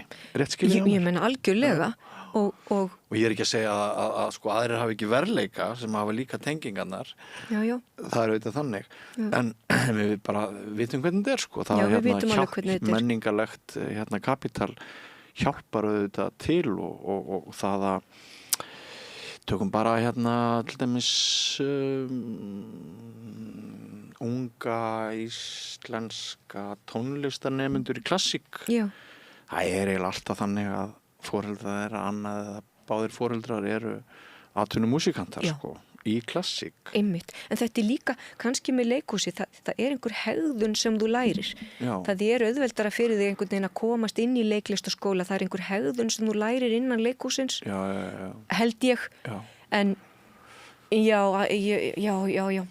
Svo er bara allur gangur á því en þú verður náttúrulega líka að hafa hæfileika. Að sjálfsögðu. Já. En þarna fer nokkuð blómlegt skeið á stað hjá þér. Við töluðum aðeins Piaf áðan. Það hafi verið 2007? Nei, það var 2004. 2004, já. Ég byrjaði 99 í Þjóðleikhúsinu og eftir Rent þá er ég bara þar og ég er þar eiginlega næstu 14 árin sko. Já. Frábær tími er ekki? Æðislegur tími. Og hugsaðu þér að þegar ég byrja og 2000 erum við að leika þarna afmælissýningu Þjóðleikhússins sem að Baltasar leikstýrði. Er ég að bulla eitthvað? Nei. Það er 2000.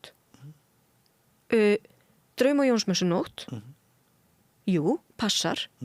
Og þá eru við að leika ég, Stefán Karl, Atli Rafn og Rúnar Freyr, ég held að við séum yngstu leikararnir þarna. En við erum að leika með Bessa og Herdísi og Robba og Rússa og Gunnari.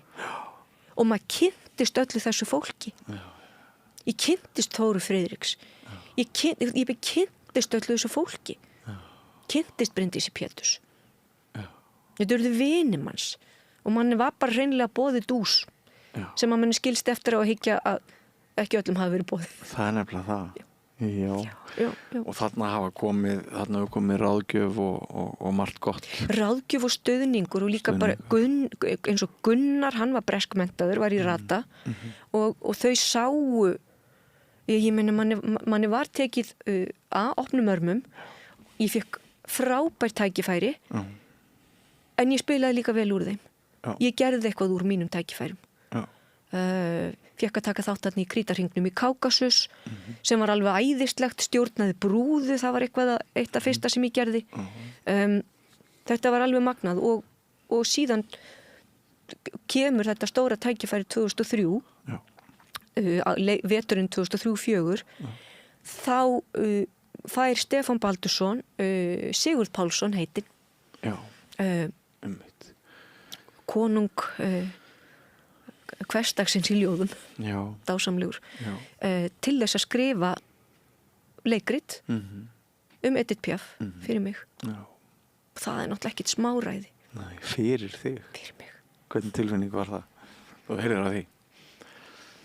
Sem betur fyrir var maður bara óþróskaður og hafði ekki einu svona kapasitet til þess að skilja stærðina af því að kannski ég að lesa, þú veist, Leviathan og Moby Dick og eitthvað svona núna af því ég að fatta undirdjúpin, ég að fatta stærðina hæð himinsins og dýft hyldýpisins, ég bara það fínt stundum að vera bara happy idiot og bara waving at cars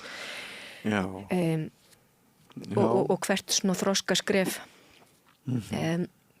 það eru þessi augnablik sem þarf bara að stökkva á þau, rífast með og kannski ekki rétti tíminn til þess að gera þau upp á meðan maður er á fullu í ferðaleginu. Nei og svo, það hreyfist allt svo hratt. Svo er maður bara ung manneskja og maður er í 1000 öðrum hlutum, maður er að koma, þú veist, stofna heimili, ég átti litla stúlku, þú veist, hún var pínulítil Rafnhildur mín sem er núna 25 ára gömul, kona.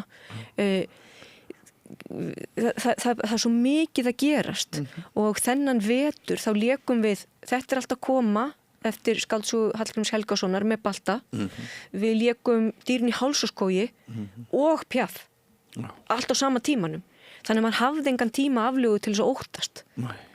Það eina sem ég óttaðist og ég var alveg náttúrulega með lífið í lúkunum vegna sem maður var svo óttastlegin að missa röddina en þá bara gat ég ekki farið á næsta bar og fór ekki á mannmarga staði, kyssti ekki ókunnuga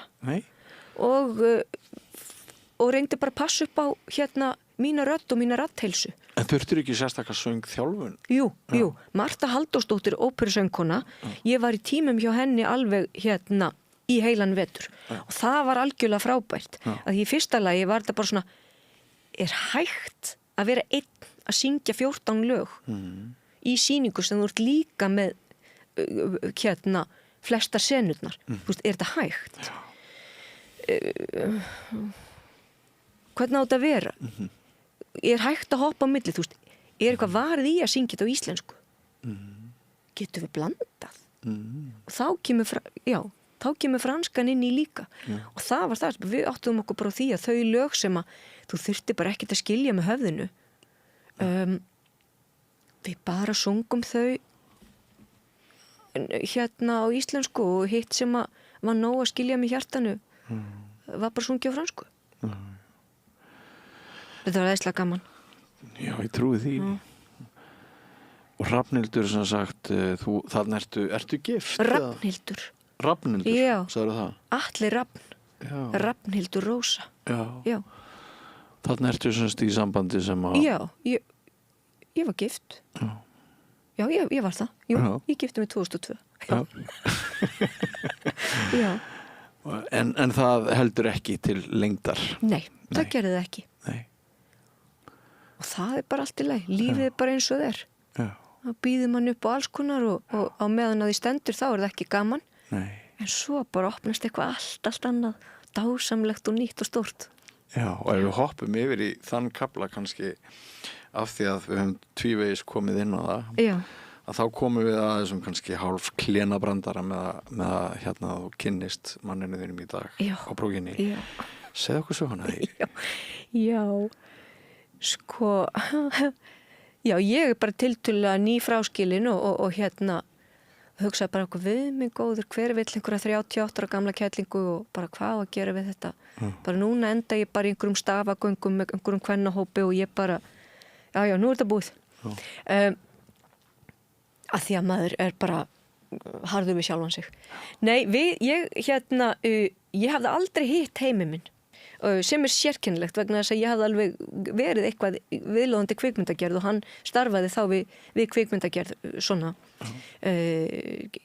og ég bara við áttum sameiginlega vinkonu sem að langaði til þess að gera myndlistasýningu hún er svona bóheim og myndlistakona Harpa Einarsdóttir svona hugmyndagyðja með hérna allt galopið gagvart í alheiminum og mér tengi mikið þangað ekki guð en bara hérna heimingvolfin og stjörnundar og tilfinningarnar Þeir kraftar allir og Harpa ætlaði að gera myndlistasýningu og hann langaði til þess að yrði hérna stytta svona life-size módel af konu sem átti að vera nakin og hún vildi ekki gera það sjálf en hún valdi bara hérna vinkonu sína sem var með alveg eins líkama og spurði hvort ég væri til í það ekki hafði ég nokkur að tapa og var svo sem alveg laus og gat alveg gert það og var bara hérna því að ég vil vera mjó og ég var mjó og þá bara gat ég gert það og vinur hennar sem sagt sem hafði hérna reynsla því að búa til hluti úr gifsi og mótilera úr hinn og þessu hann var fenginn og svo bara voru við þrjú skríkjandi í einhverju hérna listamannakomplex að gera þetta og en ég fann það ég fór heim til hans og við vorum að gera bara, þú veist, að kynnast og gera einhverju svona pröfusteipu og það var bara, það fór ekkert á milli mála ég hugsaði vegna þess að hérna að svona, ég var þannig fráskilin kona, mér varst allur ógeðslegir og sko ég með langaði engan að Þú ætlaðir ekki að taka á karlmönnum nema með töngum var það þannig? Nei, ég bara, þú veist, þetta er bara hérna, þetta er aftur mótþróin ég ætlaði bara ekki úr fötunum hvað sem er Nei Ég bara reyndi ekki Nei. og þannig er það og bara ég er bara ekki þannig alin upp og við bara vorum þannig, bara þetta er bara svoleiðis og bara nei takk Nei, en svo fór það ekkert á milli mála að þarna var bara einhver hlýr og óskaplega spennandi einstaklingur þannig að við bara í kjölfar þessa fórum bara eins að stinga saman nefjum og svo bara fluttan til mín og það er ekki margir mánuðir liðnir frá því að við kynnumst þangað til við erum flutt saman til Bandaríkjanna Já. Einmitt og hérna þá var ég og þetta var dálítið sniðugt og þetta var bara mjög hentugt að því að svona mid-career einhvern veginn þá bara fyrir maður að tala hérna bandarísku þá bauðist mér þetta tækifæri að fá að vera research fellow að fá fellowship í Yale háskóla í Connecticut í Bandaríkjunum undir prófessor Paul Vogel Stórt magnað og sem sagt Yale School of Drama sem að núna heitir David Geffen School of Drama at Yale og ég fæ svona krónískan fjörfisk því ég tala hérna svona kapitalism á list samtímis að því þetta snýst allt peninga David Geffen gat fjármagnað þetta betur en okkur annar og þá fær hann náttúrulega nafnið sitt á það allt í fínu að því að skólinn er frábær en ég fór sem sagt sem research fellow í leikritunardeild, bara playwriting og það eru 9 nemendur, þetta er 3 ára meistaranám og 3 sem komast inn á ári og ég var bara 4. aðili sem að fékk að fljóta með en öll 3 árin vinna saman í svokölluðu workshopi og síðan vinnum við með þeim sem eru í meistaranámi í leikstjórn við vinnum með þeim sem eru í meistaranámi í bara leikurónum og svo framvegis við vinnum með arkitektadadeildinni, við vinnum með tónlistadeildinni, við vinnum með mittlistadeildinni og auðæfin andlegu auðæfin sem að komið hafa út úr þessu eru bara endalaus og eru ennþá að koma og skjóta upp kollinum.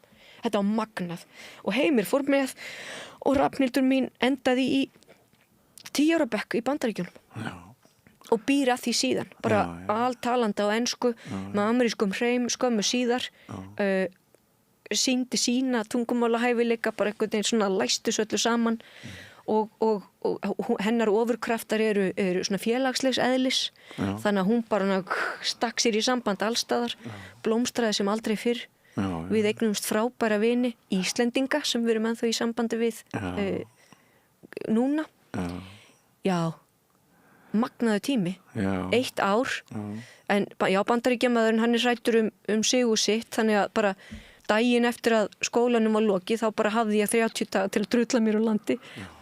Það var ekki eins og maður hafi ekki borgað með sér þarna sko. En færðu þarna bæði sem sagt leikstjórnar nesti eða leikritunarlegt nesti? Sko, ég var í leikritunardeildinni þannig að ég að vinna með leikskáldum sem eru aktíft að skrifa og þetta fólk núna til að mynda einu búin, Martina Majok er búin að vinna Pulitzer fyrir sviðsverk, Mary Laws vinkona mín er ein af höfundunum að Succession. Og það er náttúrulega það magnaði að fylgjast með því, það er til dæmis einn karakter, þú veist, þetta er bráðfyndið, það er einn karakter sem að tala í stakhendu, hann tala sem bara í pentajamba, svona eins og Shakespeare og ég horfði á þetta, ég trúði ekki mínum einu augum og eyrum, þetta var bara svona, ég bara Mary hlýtur að hafa skrifað þetta, stóð heima og þá er þetta bara svona eitthvað grín, bandaríska leikskálda að setja inn eitt sem er pínu skrítin, nei, hann er bara að tala í stakhendu, hann er að tala í bundnu máli, en við föttum það bara ekki, en já, ég er að vinna með þeim og síðan voru við sem sagt þau sem voru í leikstjórnar, voru að læra að verða leikstjórar, við erum að fylgja þeim líka eftir og þetta krullaðist allt saman. Ég er í aukreitis leiklistatímum, trúðatímum með leikurónum. Það er rosalega gaman að svona kynnast öllum, af því að þetta er líka á meistarastígi og áður hafði maður verið í bara bíanámi. En já, tengslanetið og það er allt saman bara sem sagt working professionals eða bara starfandi leikskáld sem voru að kenna okkur. Svo eru masterklassar með einhverju rosa flottu fólki og þetta var bara algjört gósen land fyrir okkur að vera í. Já. Ertu sko svo er það hvenar er það sem þú sækir Borgarleikhúsið? Þetta er, sko, svo kem ég heim og þá byrja ég að starfa fyrir Borgarleikhúsið. Þá bara býðst mér, mér bara bjóðast frábær hlutverk þar sem er æðislegt. Fyrst var það Magnús Geir sem tók mig inn í Gullregn eftir Ragnar Bragason. Og í kjölfarið á því svo kemur Kristín til skjalana og hún náttúrulega fær mér ómetanleg verkefni. Ég er þarna bæði í Mamma Mia sem var stórkostlega skemmtilegt, bara að reyna sig í söngleik í frábæri hlutverki og þessar stóru sýningar sem ég geri með Þorleifi Erni Njála og svo Guð blessi Ísland sem að var hvort tveggja algjörlega magnaferli og einhvern veginn bara svona, þar líður mér eins og ég sé að slá í bassatrómuna mína. Þar er bara, þar tengist allt sem ég elska og er það ekki er það ekki ótrúlegt að loksins fann ég mig þegar ég fékk að leika eldri kallmenn Njála Bergþórskvóli og Davíð Oddsson og hvor tveggja eru bara bara hugmyndafræðilegu maður Njáll og svo alvöru maður Davíð, en að fá að stíga þó ekki nema að vera í örstutastund inn í afl, orðsnild og visku þess manns ég þakka fyrir mig. Já. Og þarna gæti ég fyllt út í, þarna fannst mér ég fyll út í mig sem er dóttir skrítið, en allavega þannig er það. Þannig er það bara og síðan fæ ég tækifæri til að leikstýra. Þá var tilkynnt á starfsmannafundi í Borgarleikhúsinu að Ríkharður III yrði á komandi leikári og þrjóskuröskunin tekur sig upp. Ég var brjáluð og maður bara akkur tóstu brjáluð, ég bara svo reið út í sjálfa mig að því ég vissi að ég vildi þetta og ég vissi ég ætlaði að gera þetta vegna þess að bara þarna var Shakespeare og þarna var leikrit sem að ég var búin að sjá hvernig ég vildi gera þetta vegna sem ég finnst svo áhugavert í Ríkharði III að það er persóna sem bara er talað sem að verður síðan Elísabet fyrsta eða bara allavega formóður Elísabeta fyrstu þar er ung kona Elísabet unga sem er frænka Ríkards III og hvernig talaður hana og það sem sagt er hana það er algjörlega makalust að hún hafi ekki orð í verkinu og þarna eru 5 kynslóðir kvenna og mér langaði til þess að segja þessa sögu út frá þeim sjónarhóli að taka illvirkjan og setja hann svolítið inn í bara þetta leikhús sem hann er búin að búa til að lífið er orðið leikhús og sem hann er að leika sér með á meðan eins og Macbeth er plottdrifið verk þá er Ríkarður algjörlega persónudrifið verk Ríkarður stelur verkinu, hann á það en kvennaheimurinn er þarna þær bera allan harminn, þær bera raunveruleikan, þær bera þyngdina og mér fannst þetta svo magnað en allavega ég fékk að koma inn með mitt pitch og úr verður að ég leikstýrði Ríkarði III 2017 í Borgarleikhúsinu það er eitthvað að magnaðasta sem ég hef gert það var algjörlega æðislegt í glænir í þýðingu Kristjáns Þórðar Hrafnssonar sem er ég bara tek hatt minn ofan að því að hann þýðir Shakespeare hann notar stakkenduna og kemst eins nálægt blankvörsun og hægt er á íslensku en bætur betur og með stöðlasetningu líka ég meina hann er algjörlega frábær þýðandi og ég bara það er æðislegt að fá að vinna þennan texta og sérstaklega með honum að því að hann er svo viljugur í samstarfinu þannig að já það er einn það er einn í viðbót sem ég ber ómælda virðingu fyrir Kristján Þórður í kjölfarið því leikstýrði ég Vanja frænda og við frumsýnum það eftir ég held að hafi verið 11. janúar og 14. febrúar er tilkynnt að ég taki við leikhúsinu sem leikhússtjóri 3 vikum síðar lokum við út af COVID og þá náttúrulega hefst örlega skeið en sko ég veit ekkert okkur þetta æxlaðist svona það er annað veist, ég er að melta fullt núna ég melti hitt einhver tíma seinna en sko ég er að velta fyrir mér ég veit nú ekkert mikið leikhús ég ætla ekki að þykjast veita mikið hluti sem ég veit lítið en er bara svona venjulegu leikhúsgestur með áhuga á leiklist og takk fyrir það því að án leikhúsgesta lifið við ekki einmitt og ég reyna að fylgjast með umræðu leikhús og svona og eitt af því sem að ég hef til dæmis lesið ítrekað og heyrt það er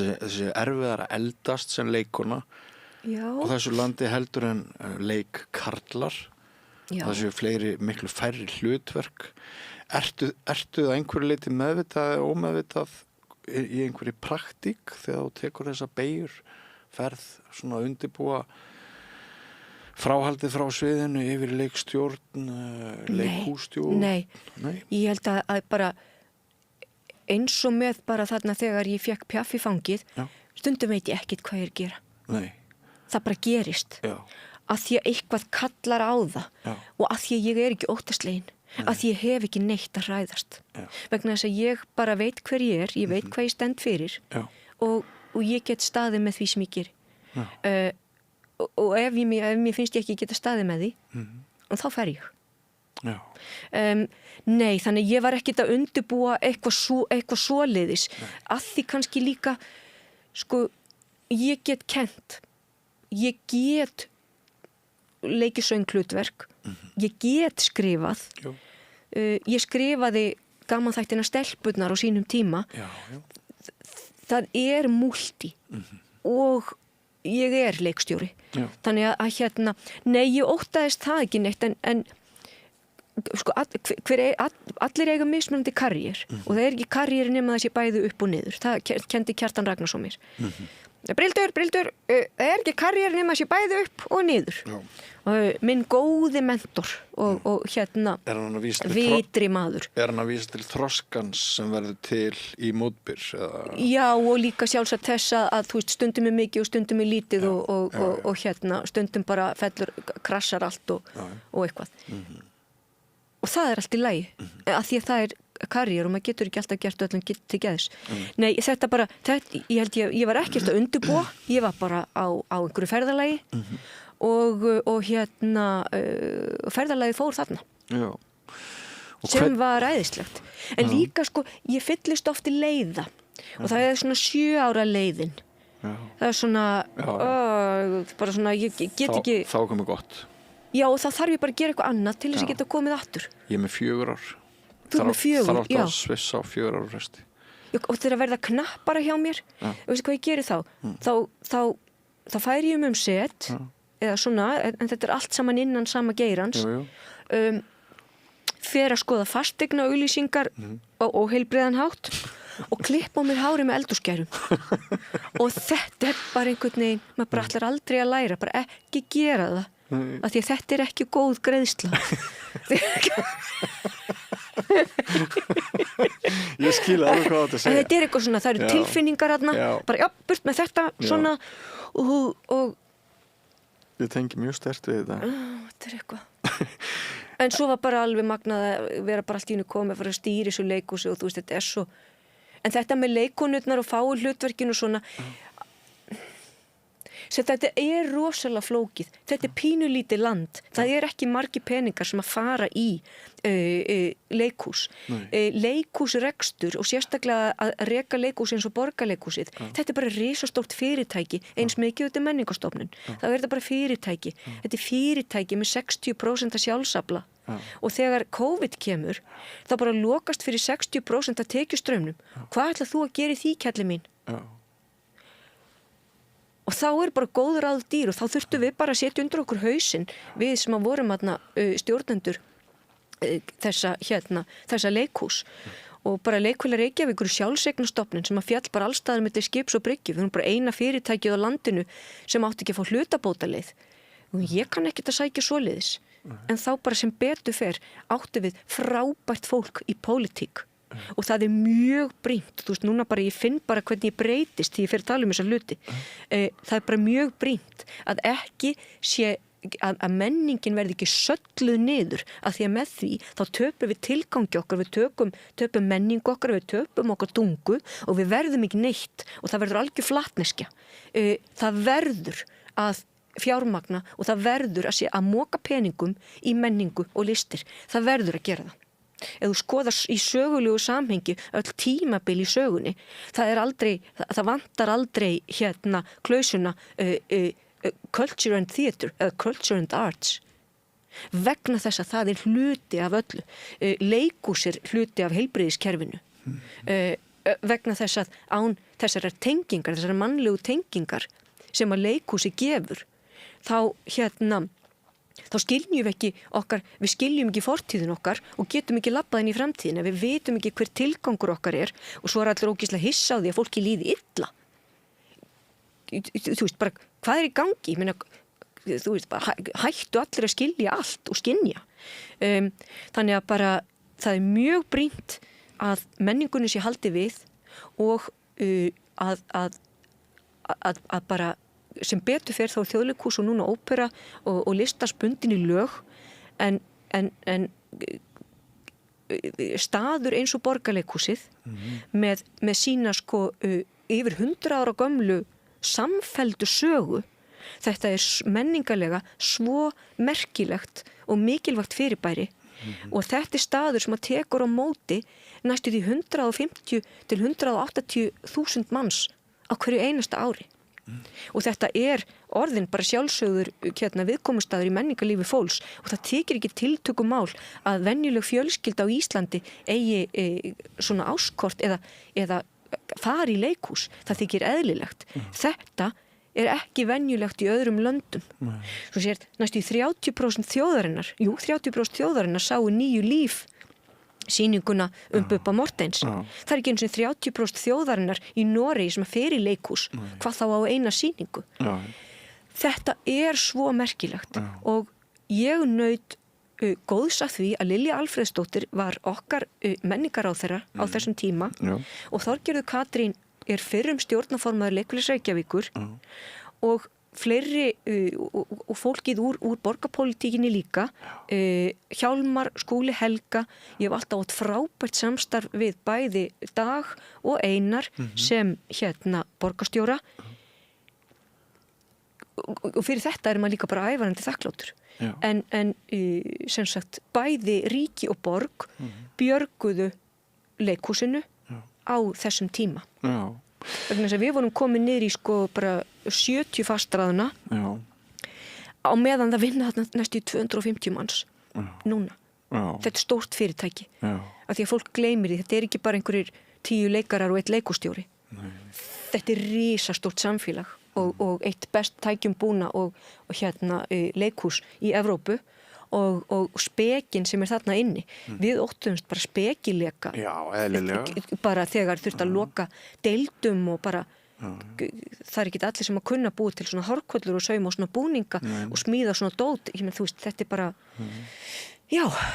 En voru þetta hörmulega ári eða það sem maður myndi segja lærdómsrík? Þetta voru lærdómsrík ári en það var engin hörmung í þeim fólkin. En maður gat alveg orðið bara Jesús, hvað er að fólki?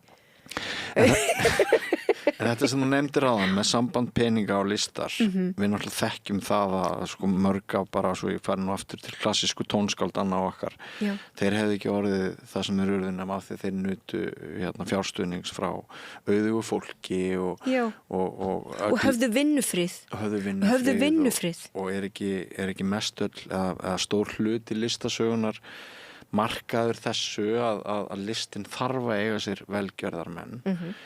Hún getur verið velgjörðarmenn úr hópi einstaklinga og fyrirtækja og svona og við höfum svolítið verið að fjalla ég hef verið að fjalla meir músík heldur en leiklist af því hún stendur mér aðeins nær og til dæmis þá var hér kona að segja mér daginn að fyrirtæki í Japan væru farin að leita til útskrifaðara krakka með framhaldspróf í músík bursi frá því hvort þau verða atvinnutónlistafólk eða ekki heldur bara þau vita hvers konar þjálfun þau hafa fengið, hvað þau eru yfirburða einstaklingar að hafa klárað framhaldsnám í músík, ægin og allt þetta og og nú erum við að tala sem sagt samband opinbers fjár við listheiminn það hriktir í þessu. Mér finnst ég vera að hitta fleiri frá degi til dags sem segja, það er alveg sama hvað það er, hvort það listið annað, þetta verður bara ekki að reka sig sjálft.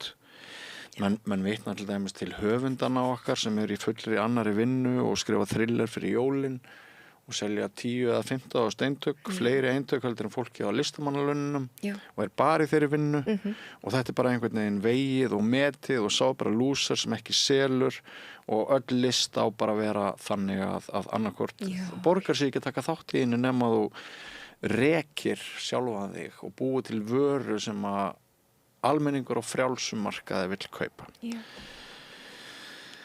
Nei, þú veist, þetta er ekki eins og það er eiginlega ekki þessi virði að taka þátt í þessar umræðu, þú veist, að því að sami aðilinn og segir svona þetta er bara einhver sem að étur bara gjöruna matvöru og drekkur orkudrykki. Þeir eru fleiri, ég er að segja það, mér finnst það.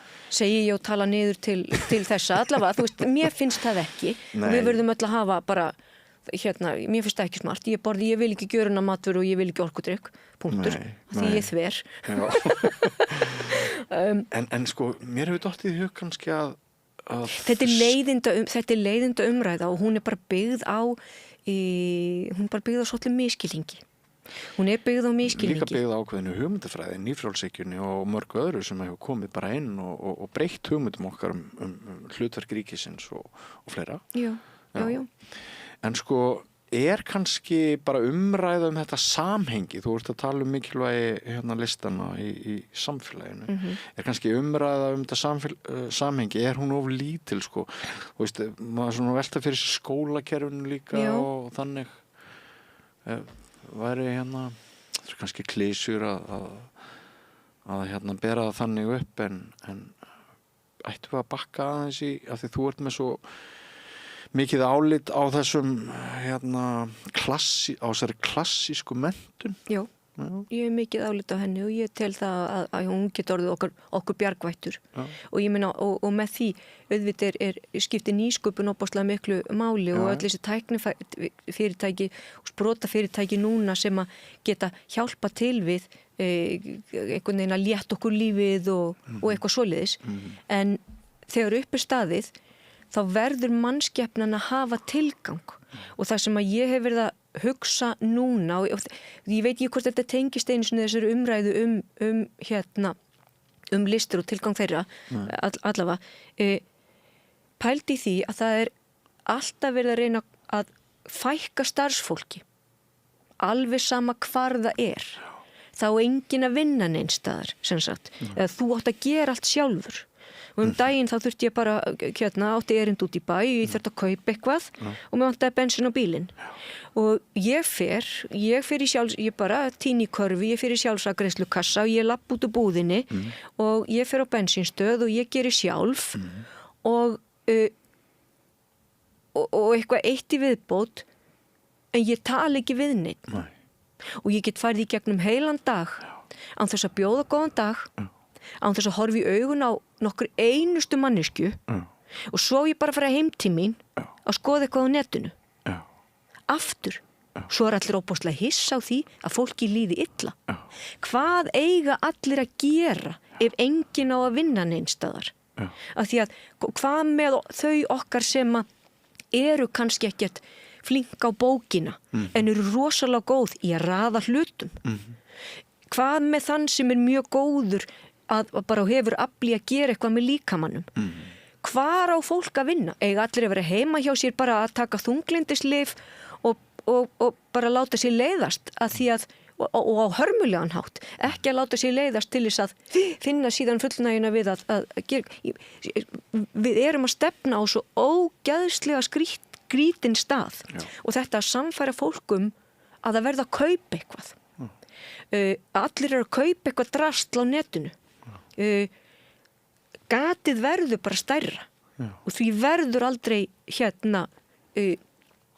og við finnum aldrei okkur sjálf ef við erum alltaf að reyna að fjarlægjast mennskuna og þar koma sérst bara klassísku fræðinu og leiklist og tónlist og myndlist og allt sem getur bundið okkur saman og gefið okkur svo góðu lykla í því að vera góði að vera við þetta svona eitthvað sem að ég búin að vera að hugsa og sérstaklega þessi einmannalega erindisleysa mín út í bæ að sækja mér þú veist, bensín og rökkbrauð dystopist nánast bara hundleiðilegt bara hundleiðilegt og þú veist, svo allir bara eitthvað að fuðra upp ég skil ekki, þú veist, og eitthvað bara svona setja eitthvað bara akkur bara allir rassalvar, akkur bara akkur þetta, akkur þetta svona, akkur þetta ekki hinsegin þetta bara, fólk nennir ekki að setja sín í hluti og það bara búa til stað þar sem við þurfum ekki að standa með því sem við segjum og gerum Þetta allt saman mjög mikið svona efni ég veit ekkert hvort þetta var svar við því sem hún sagði það aftur annað mál beint eða óbeint, eða bara allavega mjög mikilvægt innlegg finnst mér En menningin skiptir svo miklu máli og þetta blaður þú veist, listamannalaun og allt þetta. Ég meina, skilur ef að ég væri, ég veit ekki, þú veist, hvað er ekki listamannalaun þegar maður bara orðin rannsóknarprófessor? Það ekki bara semi-listamannalaun ef að ég sit í áratugum saman og skrifa eitthvað? Það má lítið. Sem öllum til góðs. Ég meina, hvar drögum við línuna? Auðvitað er ekki það sem ég held að svona þetta fólk sem við vorum að tala sé að meina að það vill ekki einhver fá pening fyrir að vera fullur á kaffihúsi en ég held að sé bara ekkert en ég held að þessi heyri alveg til undantekninga skilurðu sem listamaður þá vinnum maður alveg ógeðslega mikið frítt þú ríður ekki feitum hesti frá því að kenna í listaháskóla. Nei, og það líkur nú við ég hálf sakni bóhemanna sko, sem að voru kannski stundu full á kaffihúsinu sko. Einn fullur maður á kaffihúsi sem horfir í augun á þér djúpt og þó þau syndi smá en hann segir eitthvað hann hnýtir saman heiminn og í gamla daga við hirð konunga og svona þar var alltaf skáldið og þar var líka the jester trúðurinn sá sem mátti segja satt hversu skrítið fólk heldur þetta hafi verið þetta hefur verið einhver alveg skrítin en hann var varinn á konginum hann mátti segja fólki til syndana að því að hann var með bjöllur á hattinum sínum og fórum sveitir og gerði eitthvað þetta fólk verður að vera til og ekki vil ég bú í heimi þar sem að ekkert fullt ljóðskáld á kaffihúsi reynir að ná eyrum mínum og augum. Magnað samhengi. Takk fyrir að benda á þetta.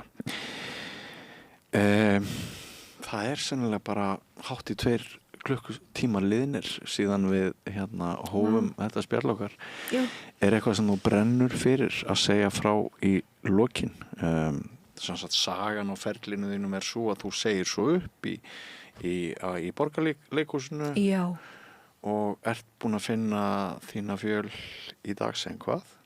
Nú er ég bara sjálfstætt starfandi listamaður og sem stendur er ég að undirbúa óperuleikstjórn hjá nýstofnaðri óperu hjá honum Finni Bjarnasyni og það er eins og ég kom inn á áðan Falstaff sem að varð fyrir valinu af stórum hluta væntanlega vegna þess að Óli Kjartan okkar allra besti er laus þekkir hlutverkið og er eins og fættur í að leika þetta og syngja þannig að það er það sem að liggur fyrir. Hvenær er stefnt frumsýningin er 7. mars 2027 þú getur bara tekið daginn frá Sinfóníuhljómsveit Íslands verður með og ég hef aldrei tekist á við svona verkefni áður þar sem er 65 manns í gryfjunni þetta er stórkostlegt og ég talaði þetta er alveg stórbrotin ópera og hún svona tónlistin er rosalega stór og tilþrifamikil og loka orðin eru þau tutto il mondo e burla og maðurinn er leiksoppur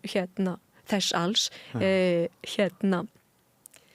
Falstaff er maður sem er stórfenglegur á margan máta. Hann er haldinn þeim dauðasyndum sem við getum kannski helst fyrirgefið. Nú veist það ílega gott að borða og ekki leiðilegt að drekka og slæri ekki höndin á móti félagskap fallara kvenna.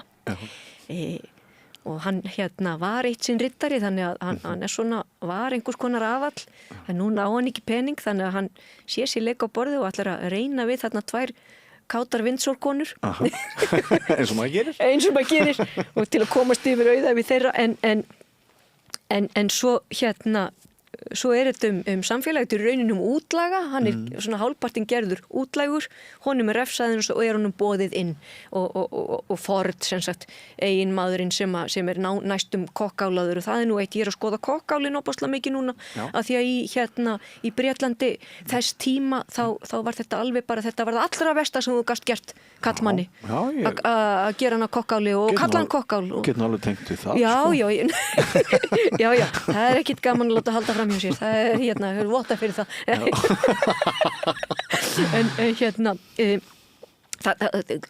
en kokkállinn í þessari evrópsku menningu, hann er hyrndur þess vegna gerðu menn svona þetta er það og það vissi ég ekki, ég er að skoða alls konar svona skemmtileg fræði en allavega Ford segir og núna ásamt herra Jóni Falstaff setjumst við að borðum þannig að útlaganum er fyrirgefið, honum er boðið að borðum aftur og við getum sungið að heimurinn er bara allt í heiminum hverfult og manneskjan velkist þarna eins og eitthvað rótlaust þang. Þannig að þetta er rekstaðum víðan sjá, sagði Jóhann Sigurjónsson. Er það ekki fín lokaorð? Sjórinn er saltur, við reynum að vera saltjarðar en hvort við erum rótföst það veit ég ekki og það var það var af þessari listrænu þörf sem að ég ákvað að kveðja stjórnun og stíga inn í það sem ég er að gera núna og svo bara gerist allt í heiminum sem á að gerast og Falstaff hefði ekki eftir Verdi væri ekki á mínu borði nema vegna þess að ég kaus að stíga inn í annan bara annað líf sem listamaður. Magnað. Brynhildur, það er sannur heiður að spjalla við þig. Mér finnst ég þekkja þig pínulítið núna 2 klukkustundum eftir að við hittumst fyrst og ég vona það sé eins með hlustendur og áhörfundur að þeim líða eins og þeir ekki bara viti meira þig heldur þekki þig pínulítið betur. Bara takk fyrir mig. Þetta var ljúft og nærandi og gengi út í hryssingin aftur. Já, einmitt. Næsta skref. Gerðu það ekki. Takk fyrir mig. Og þakka ykkur, kæru hlustendur og áhörfundur fyrir samveruna. Verðum hér aftur eftir viku. Verið þið sæl. Segðu það á Samstöðinni.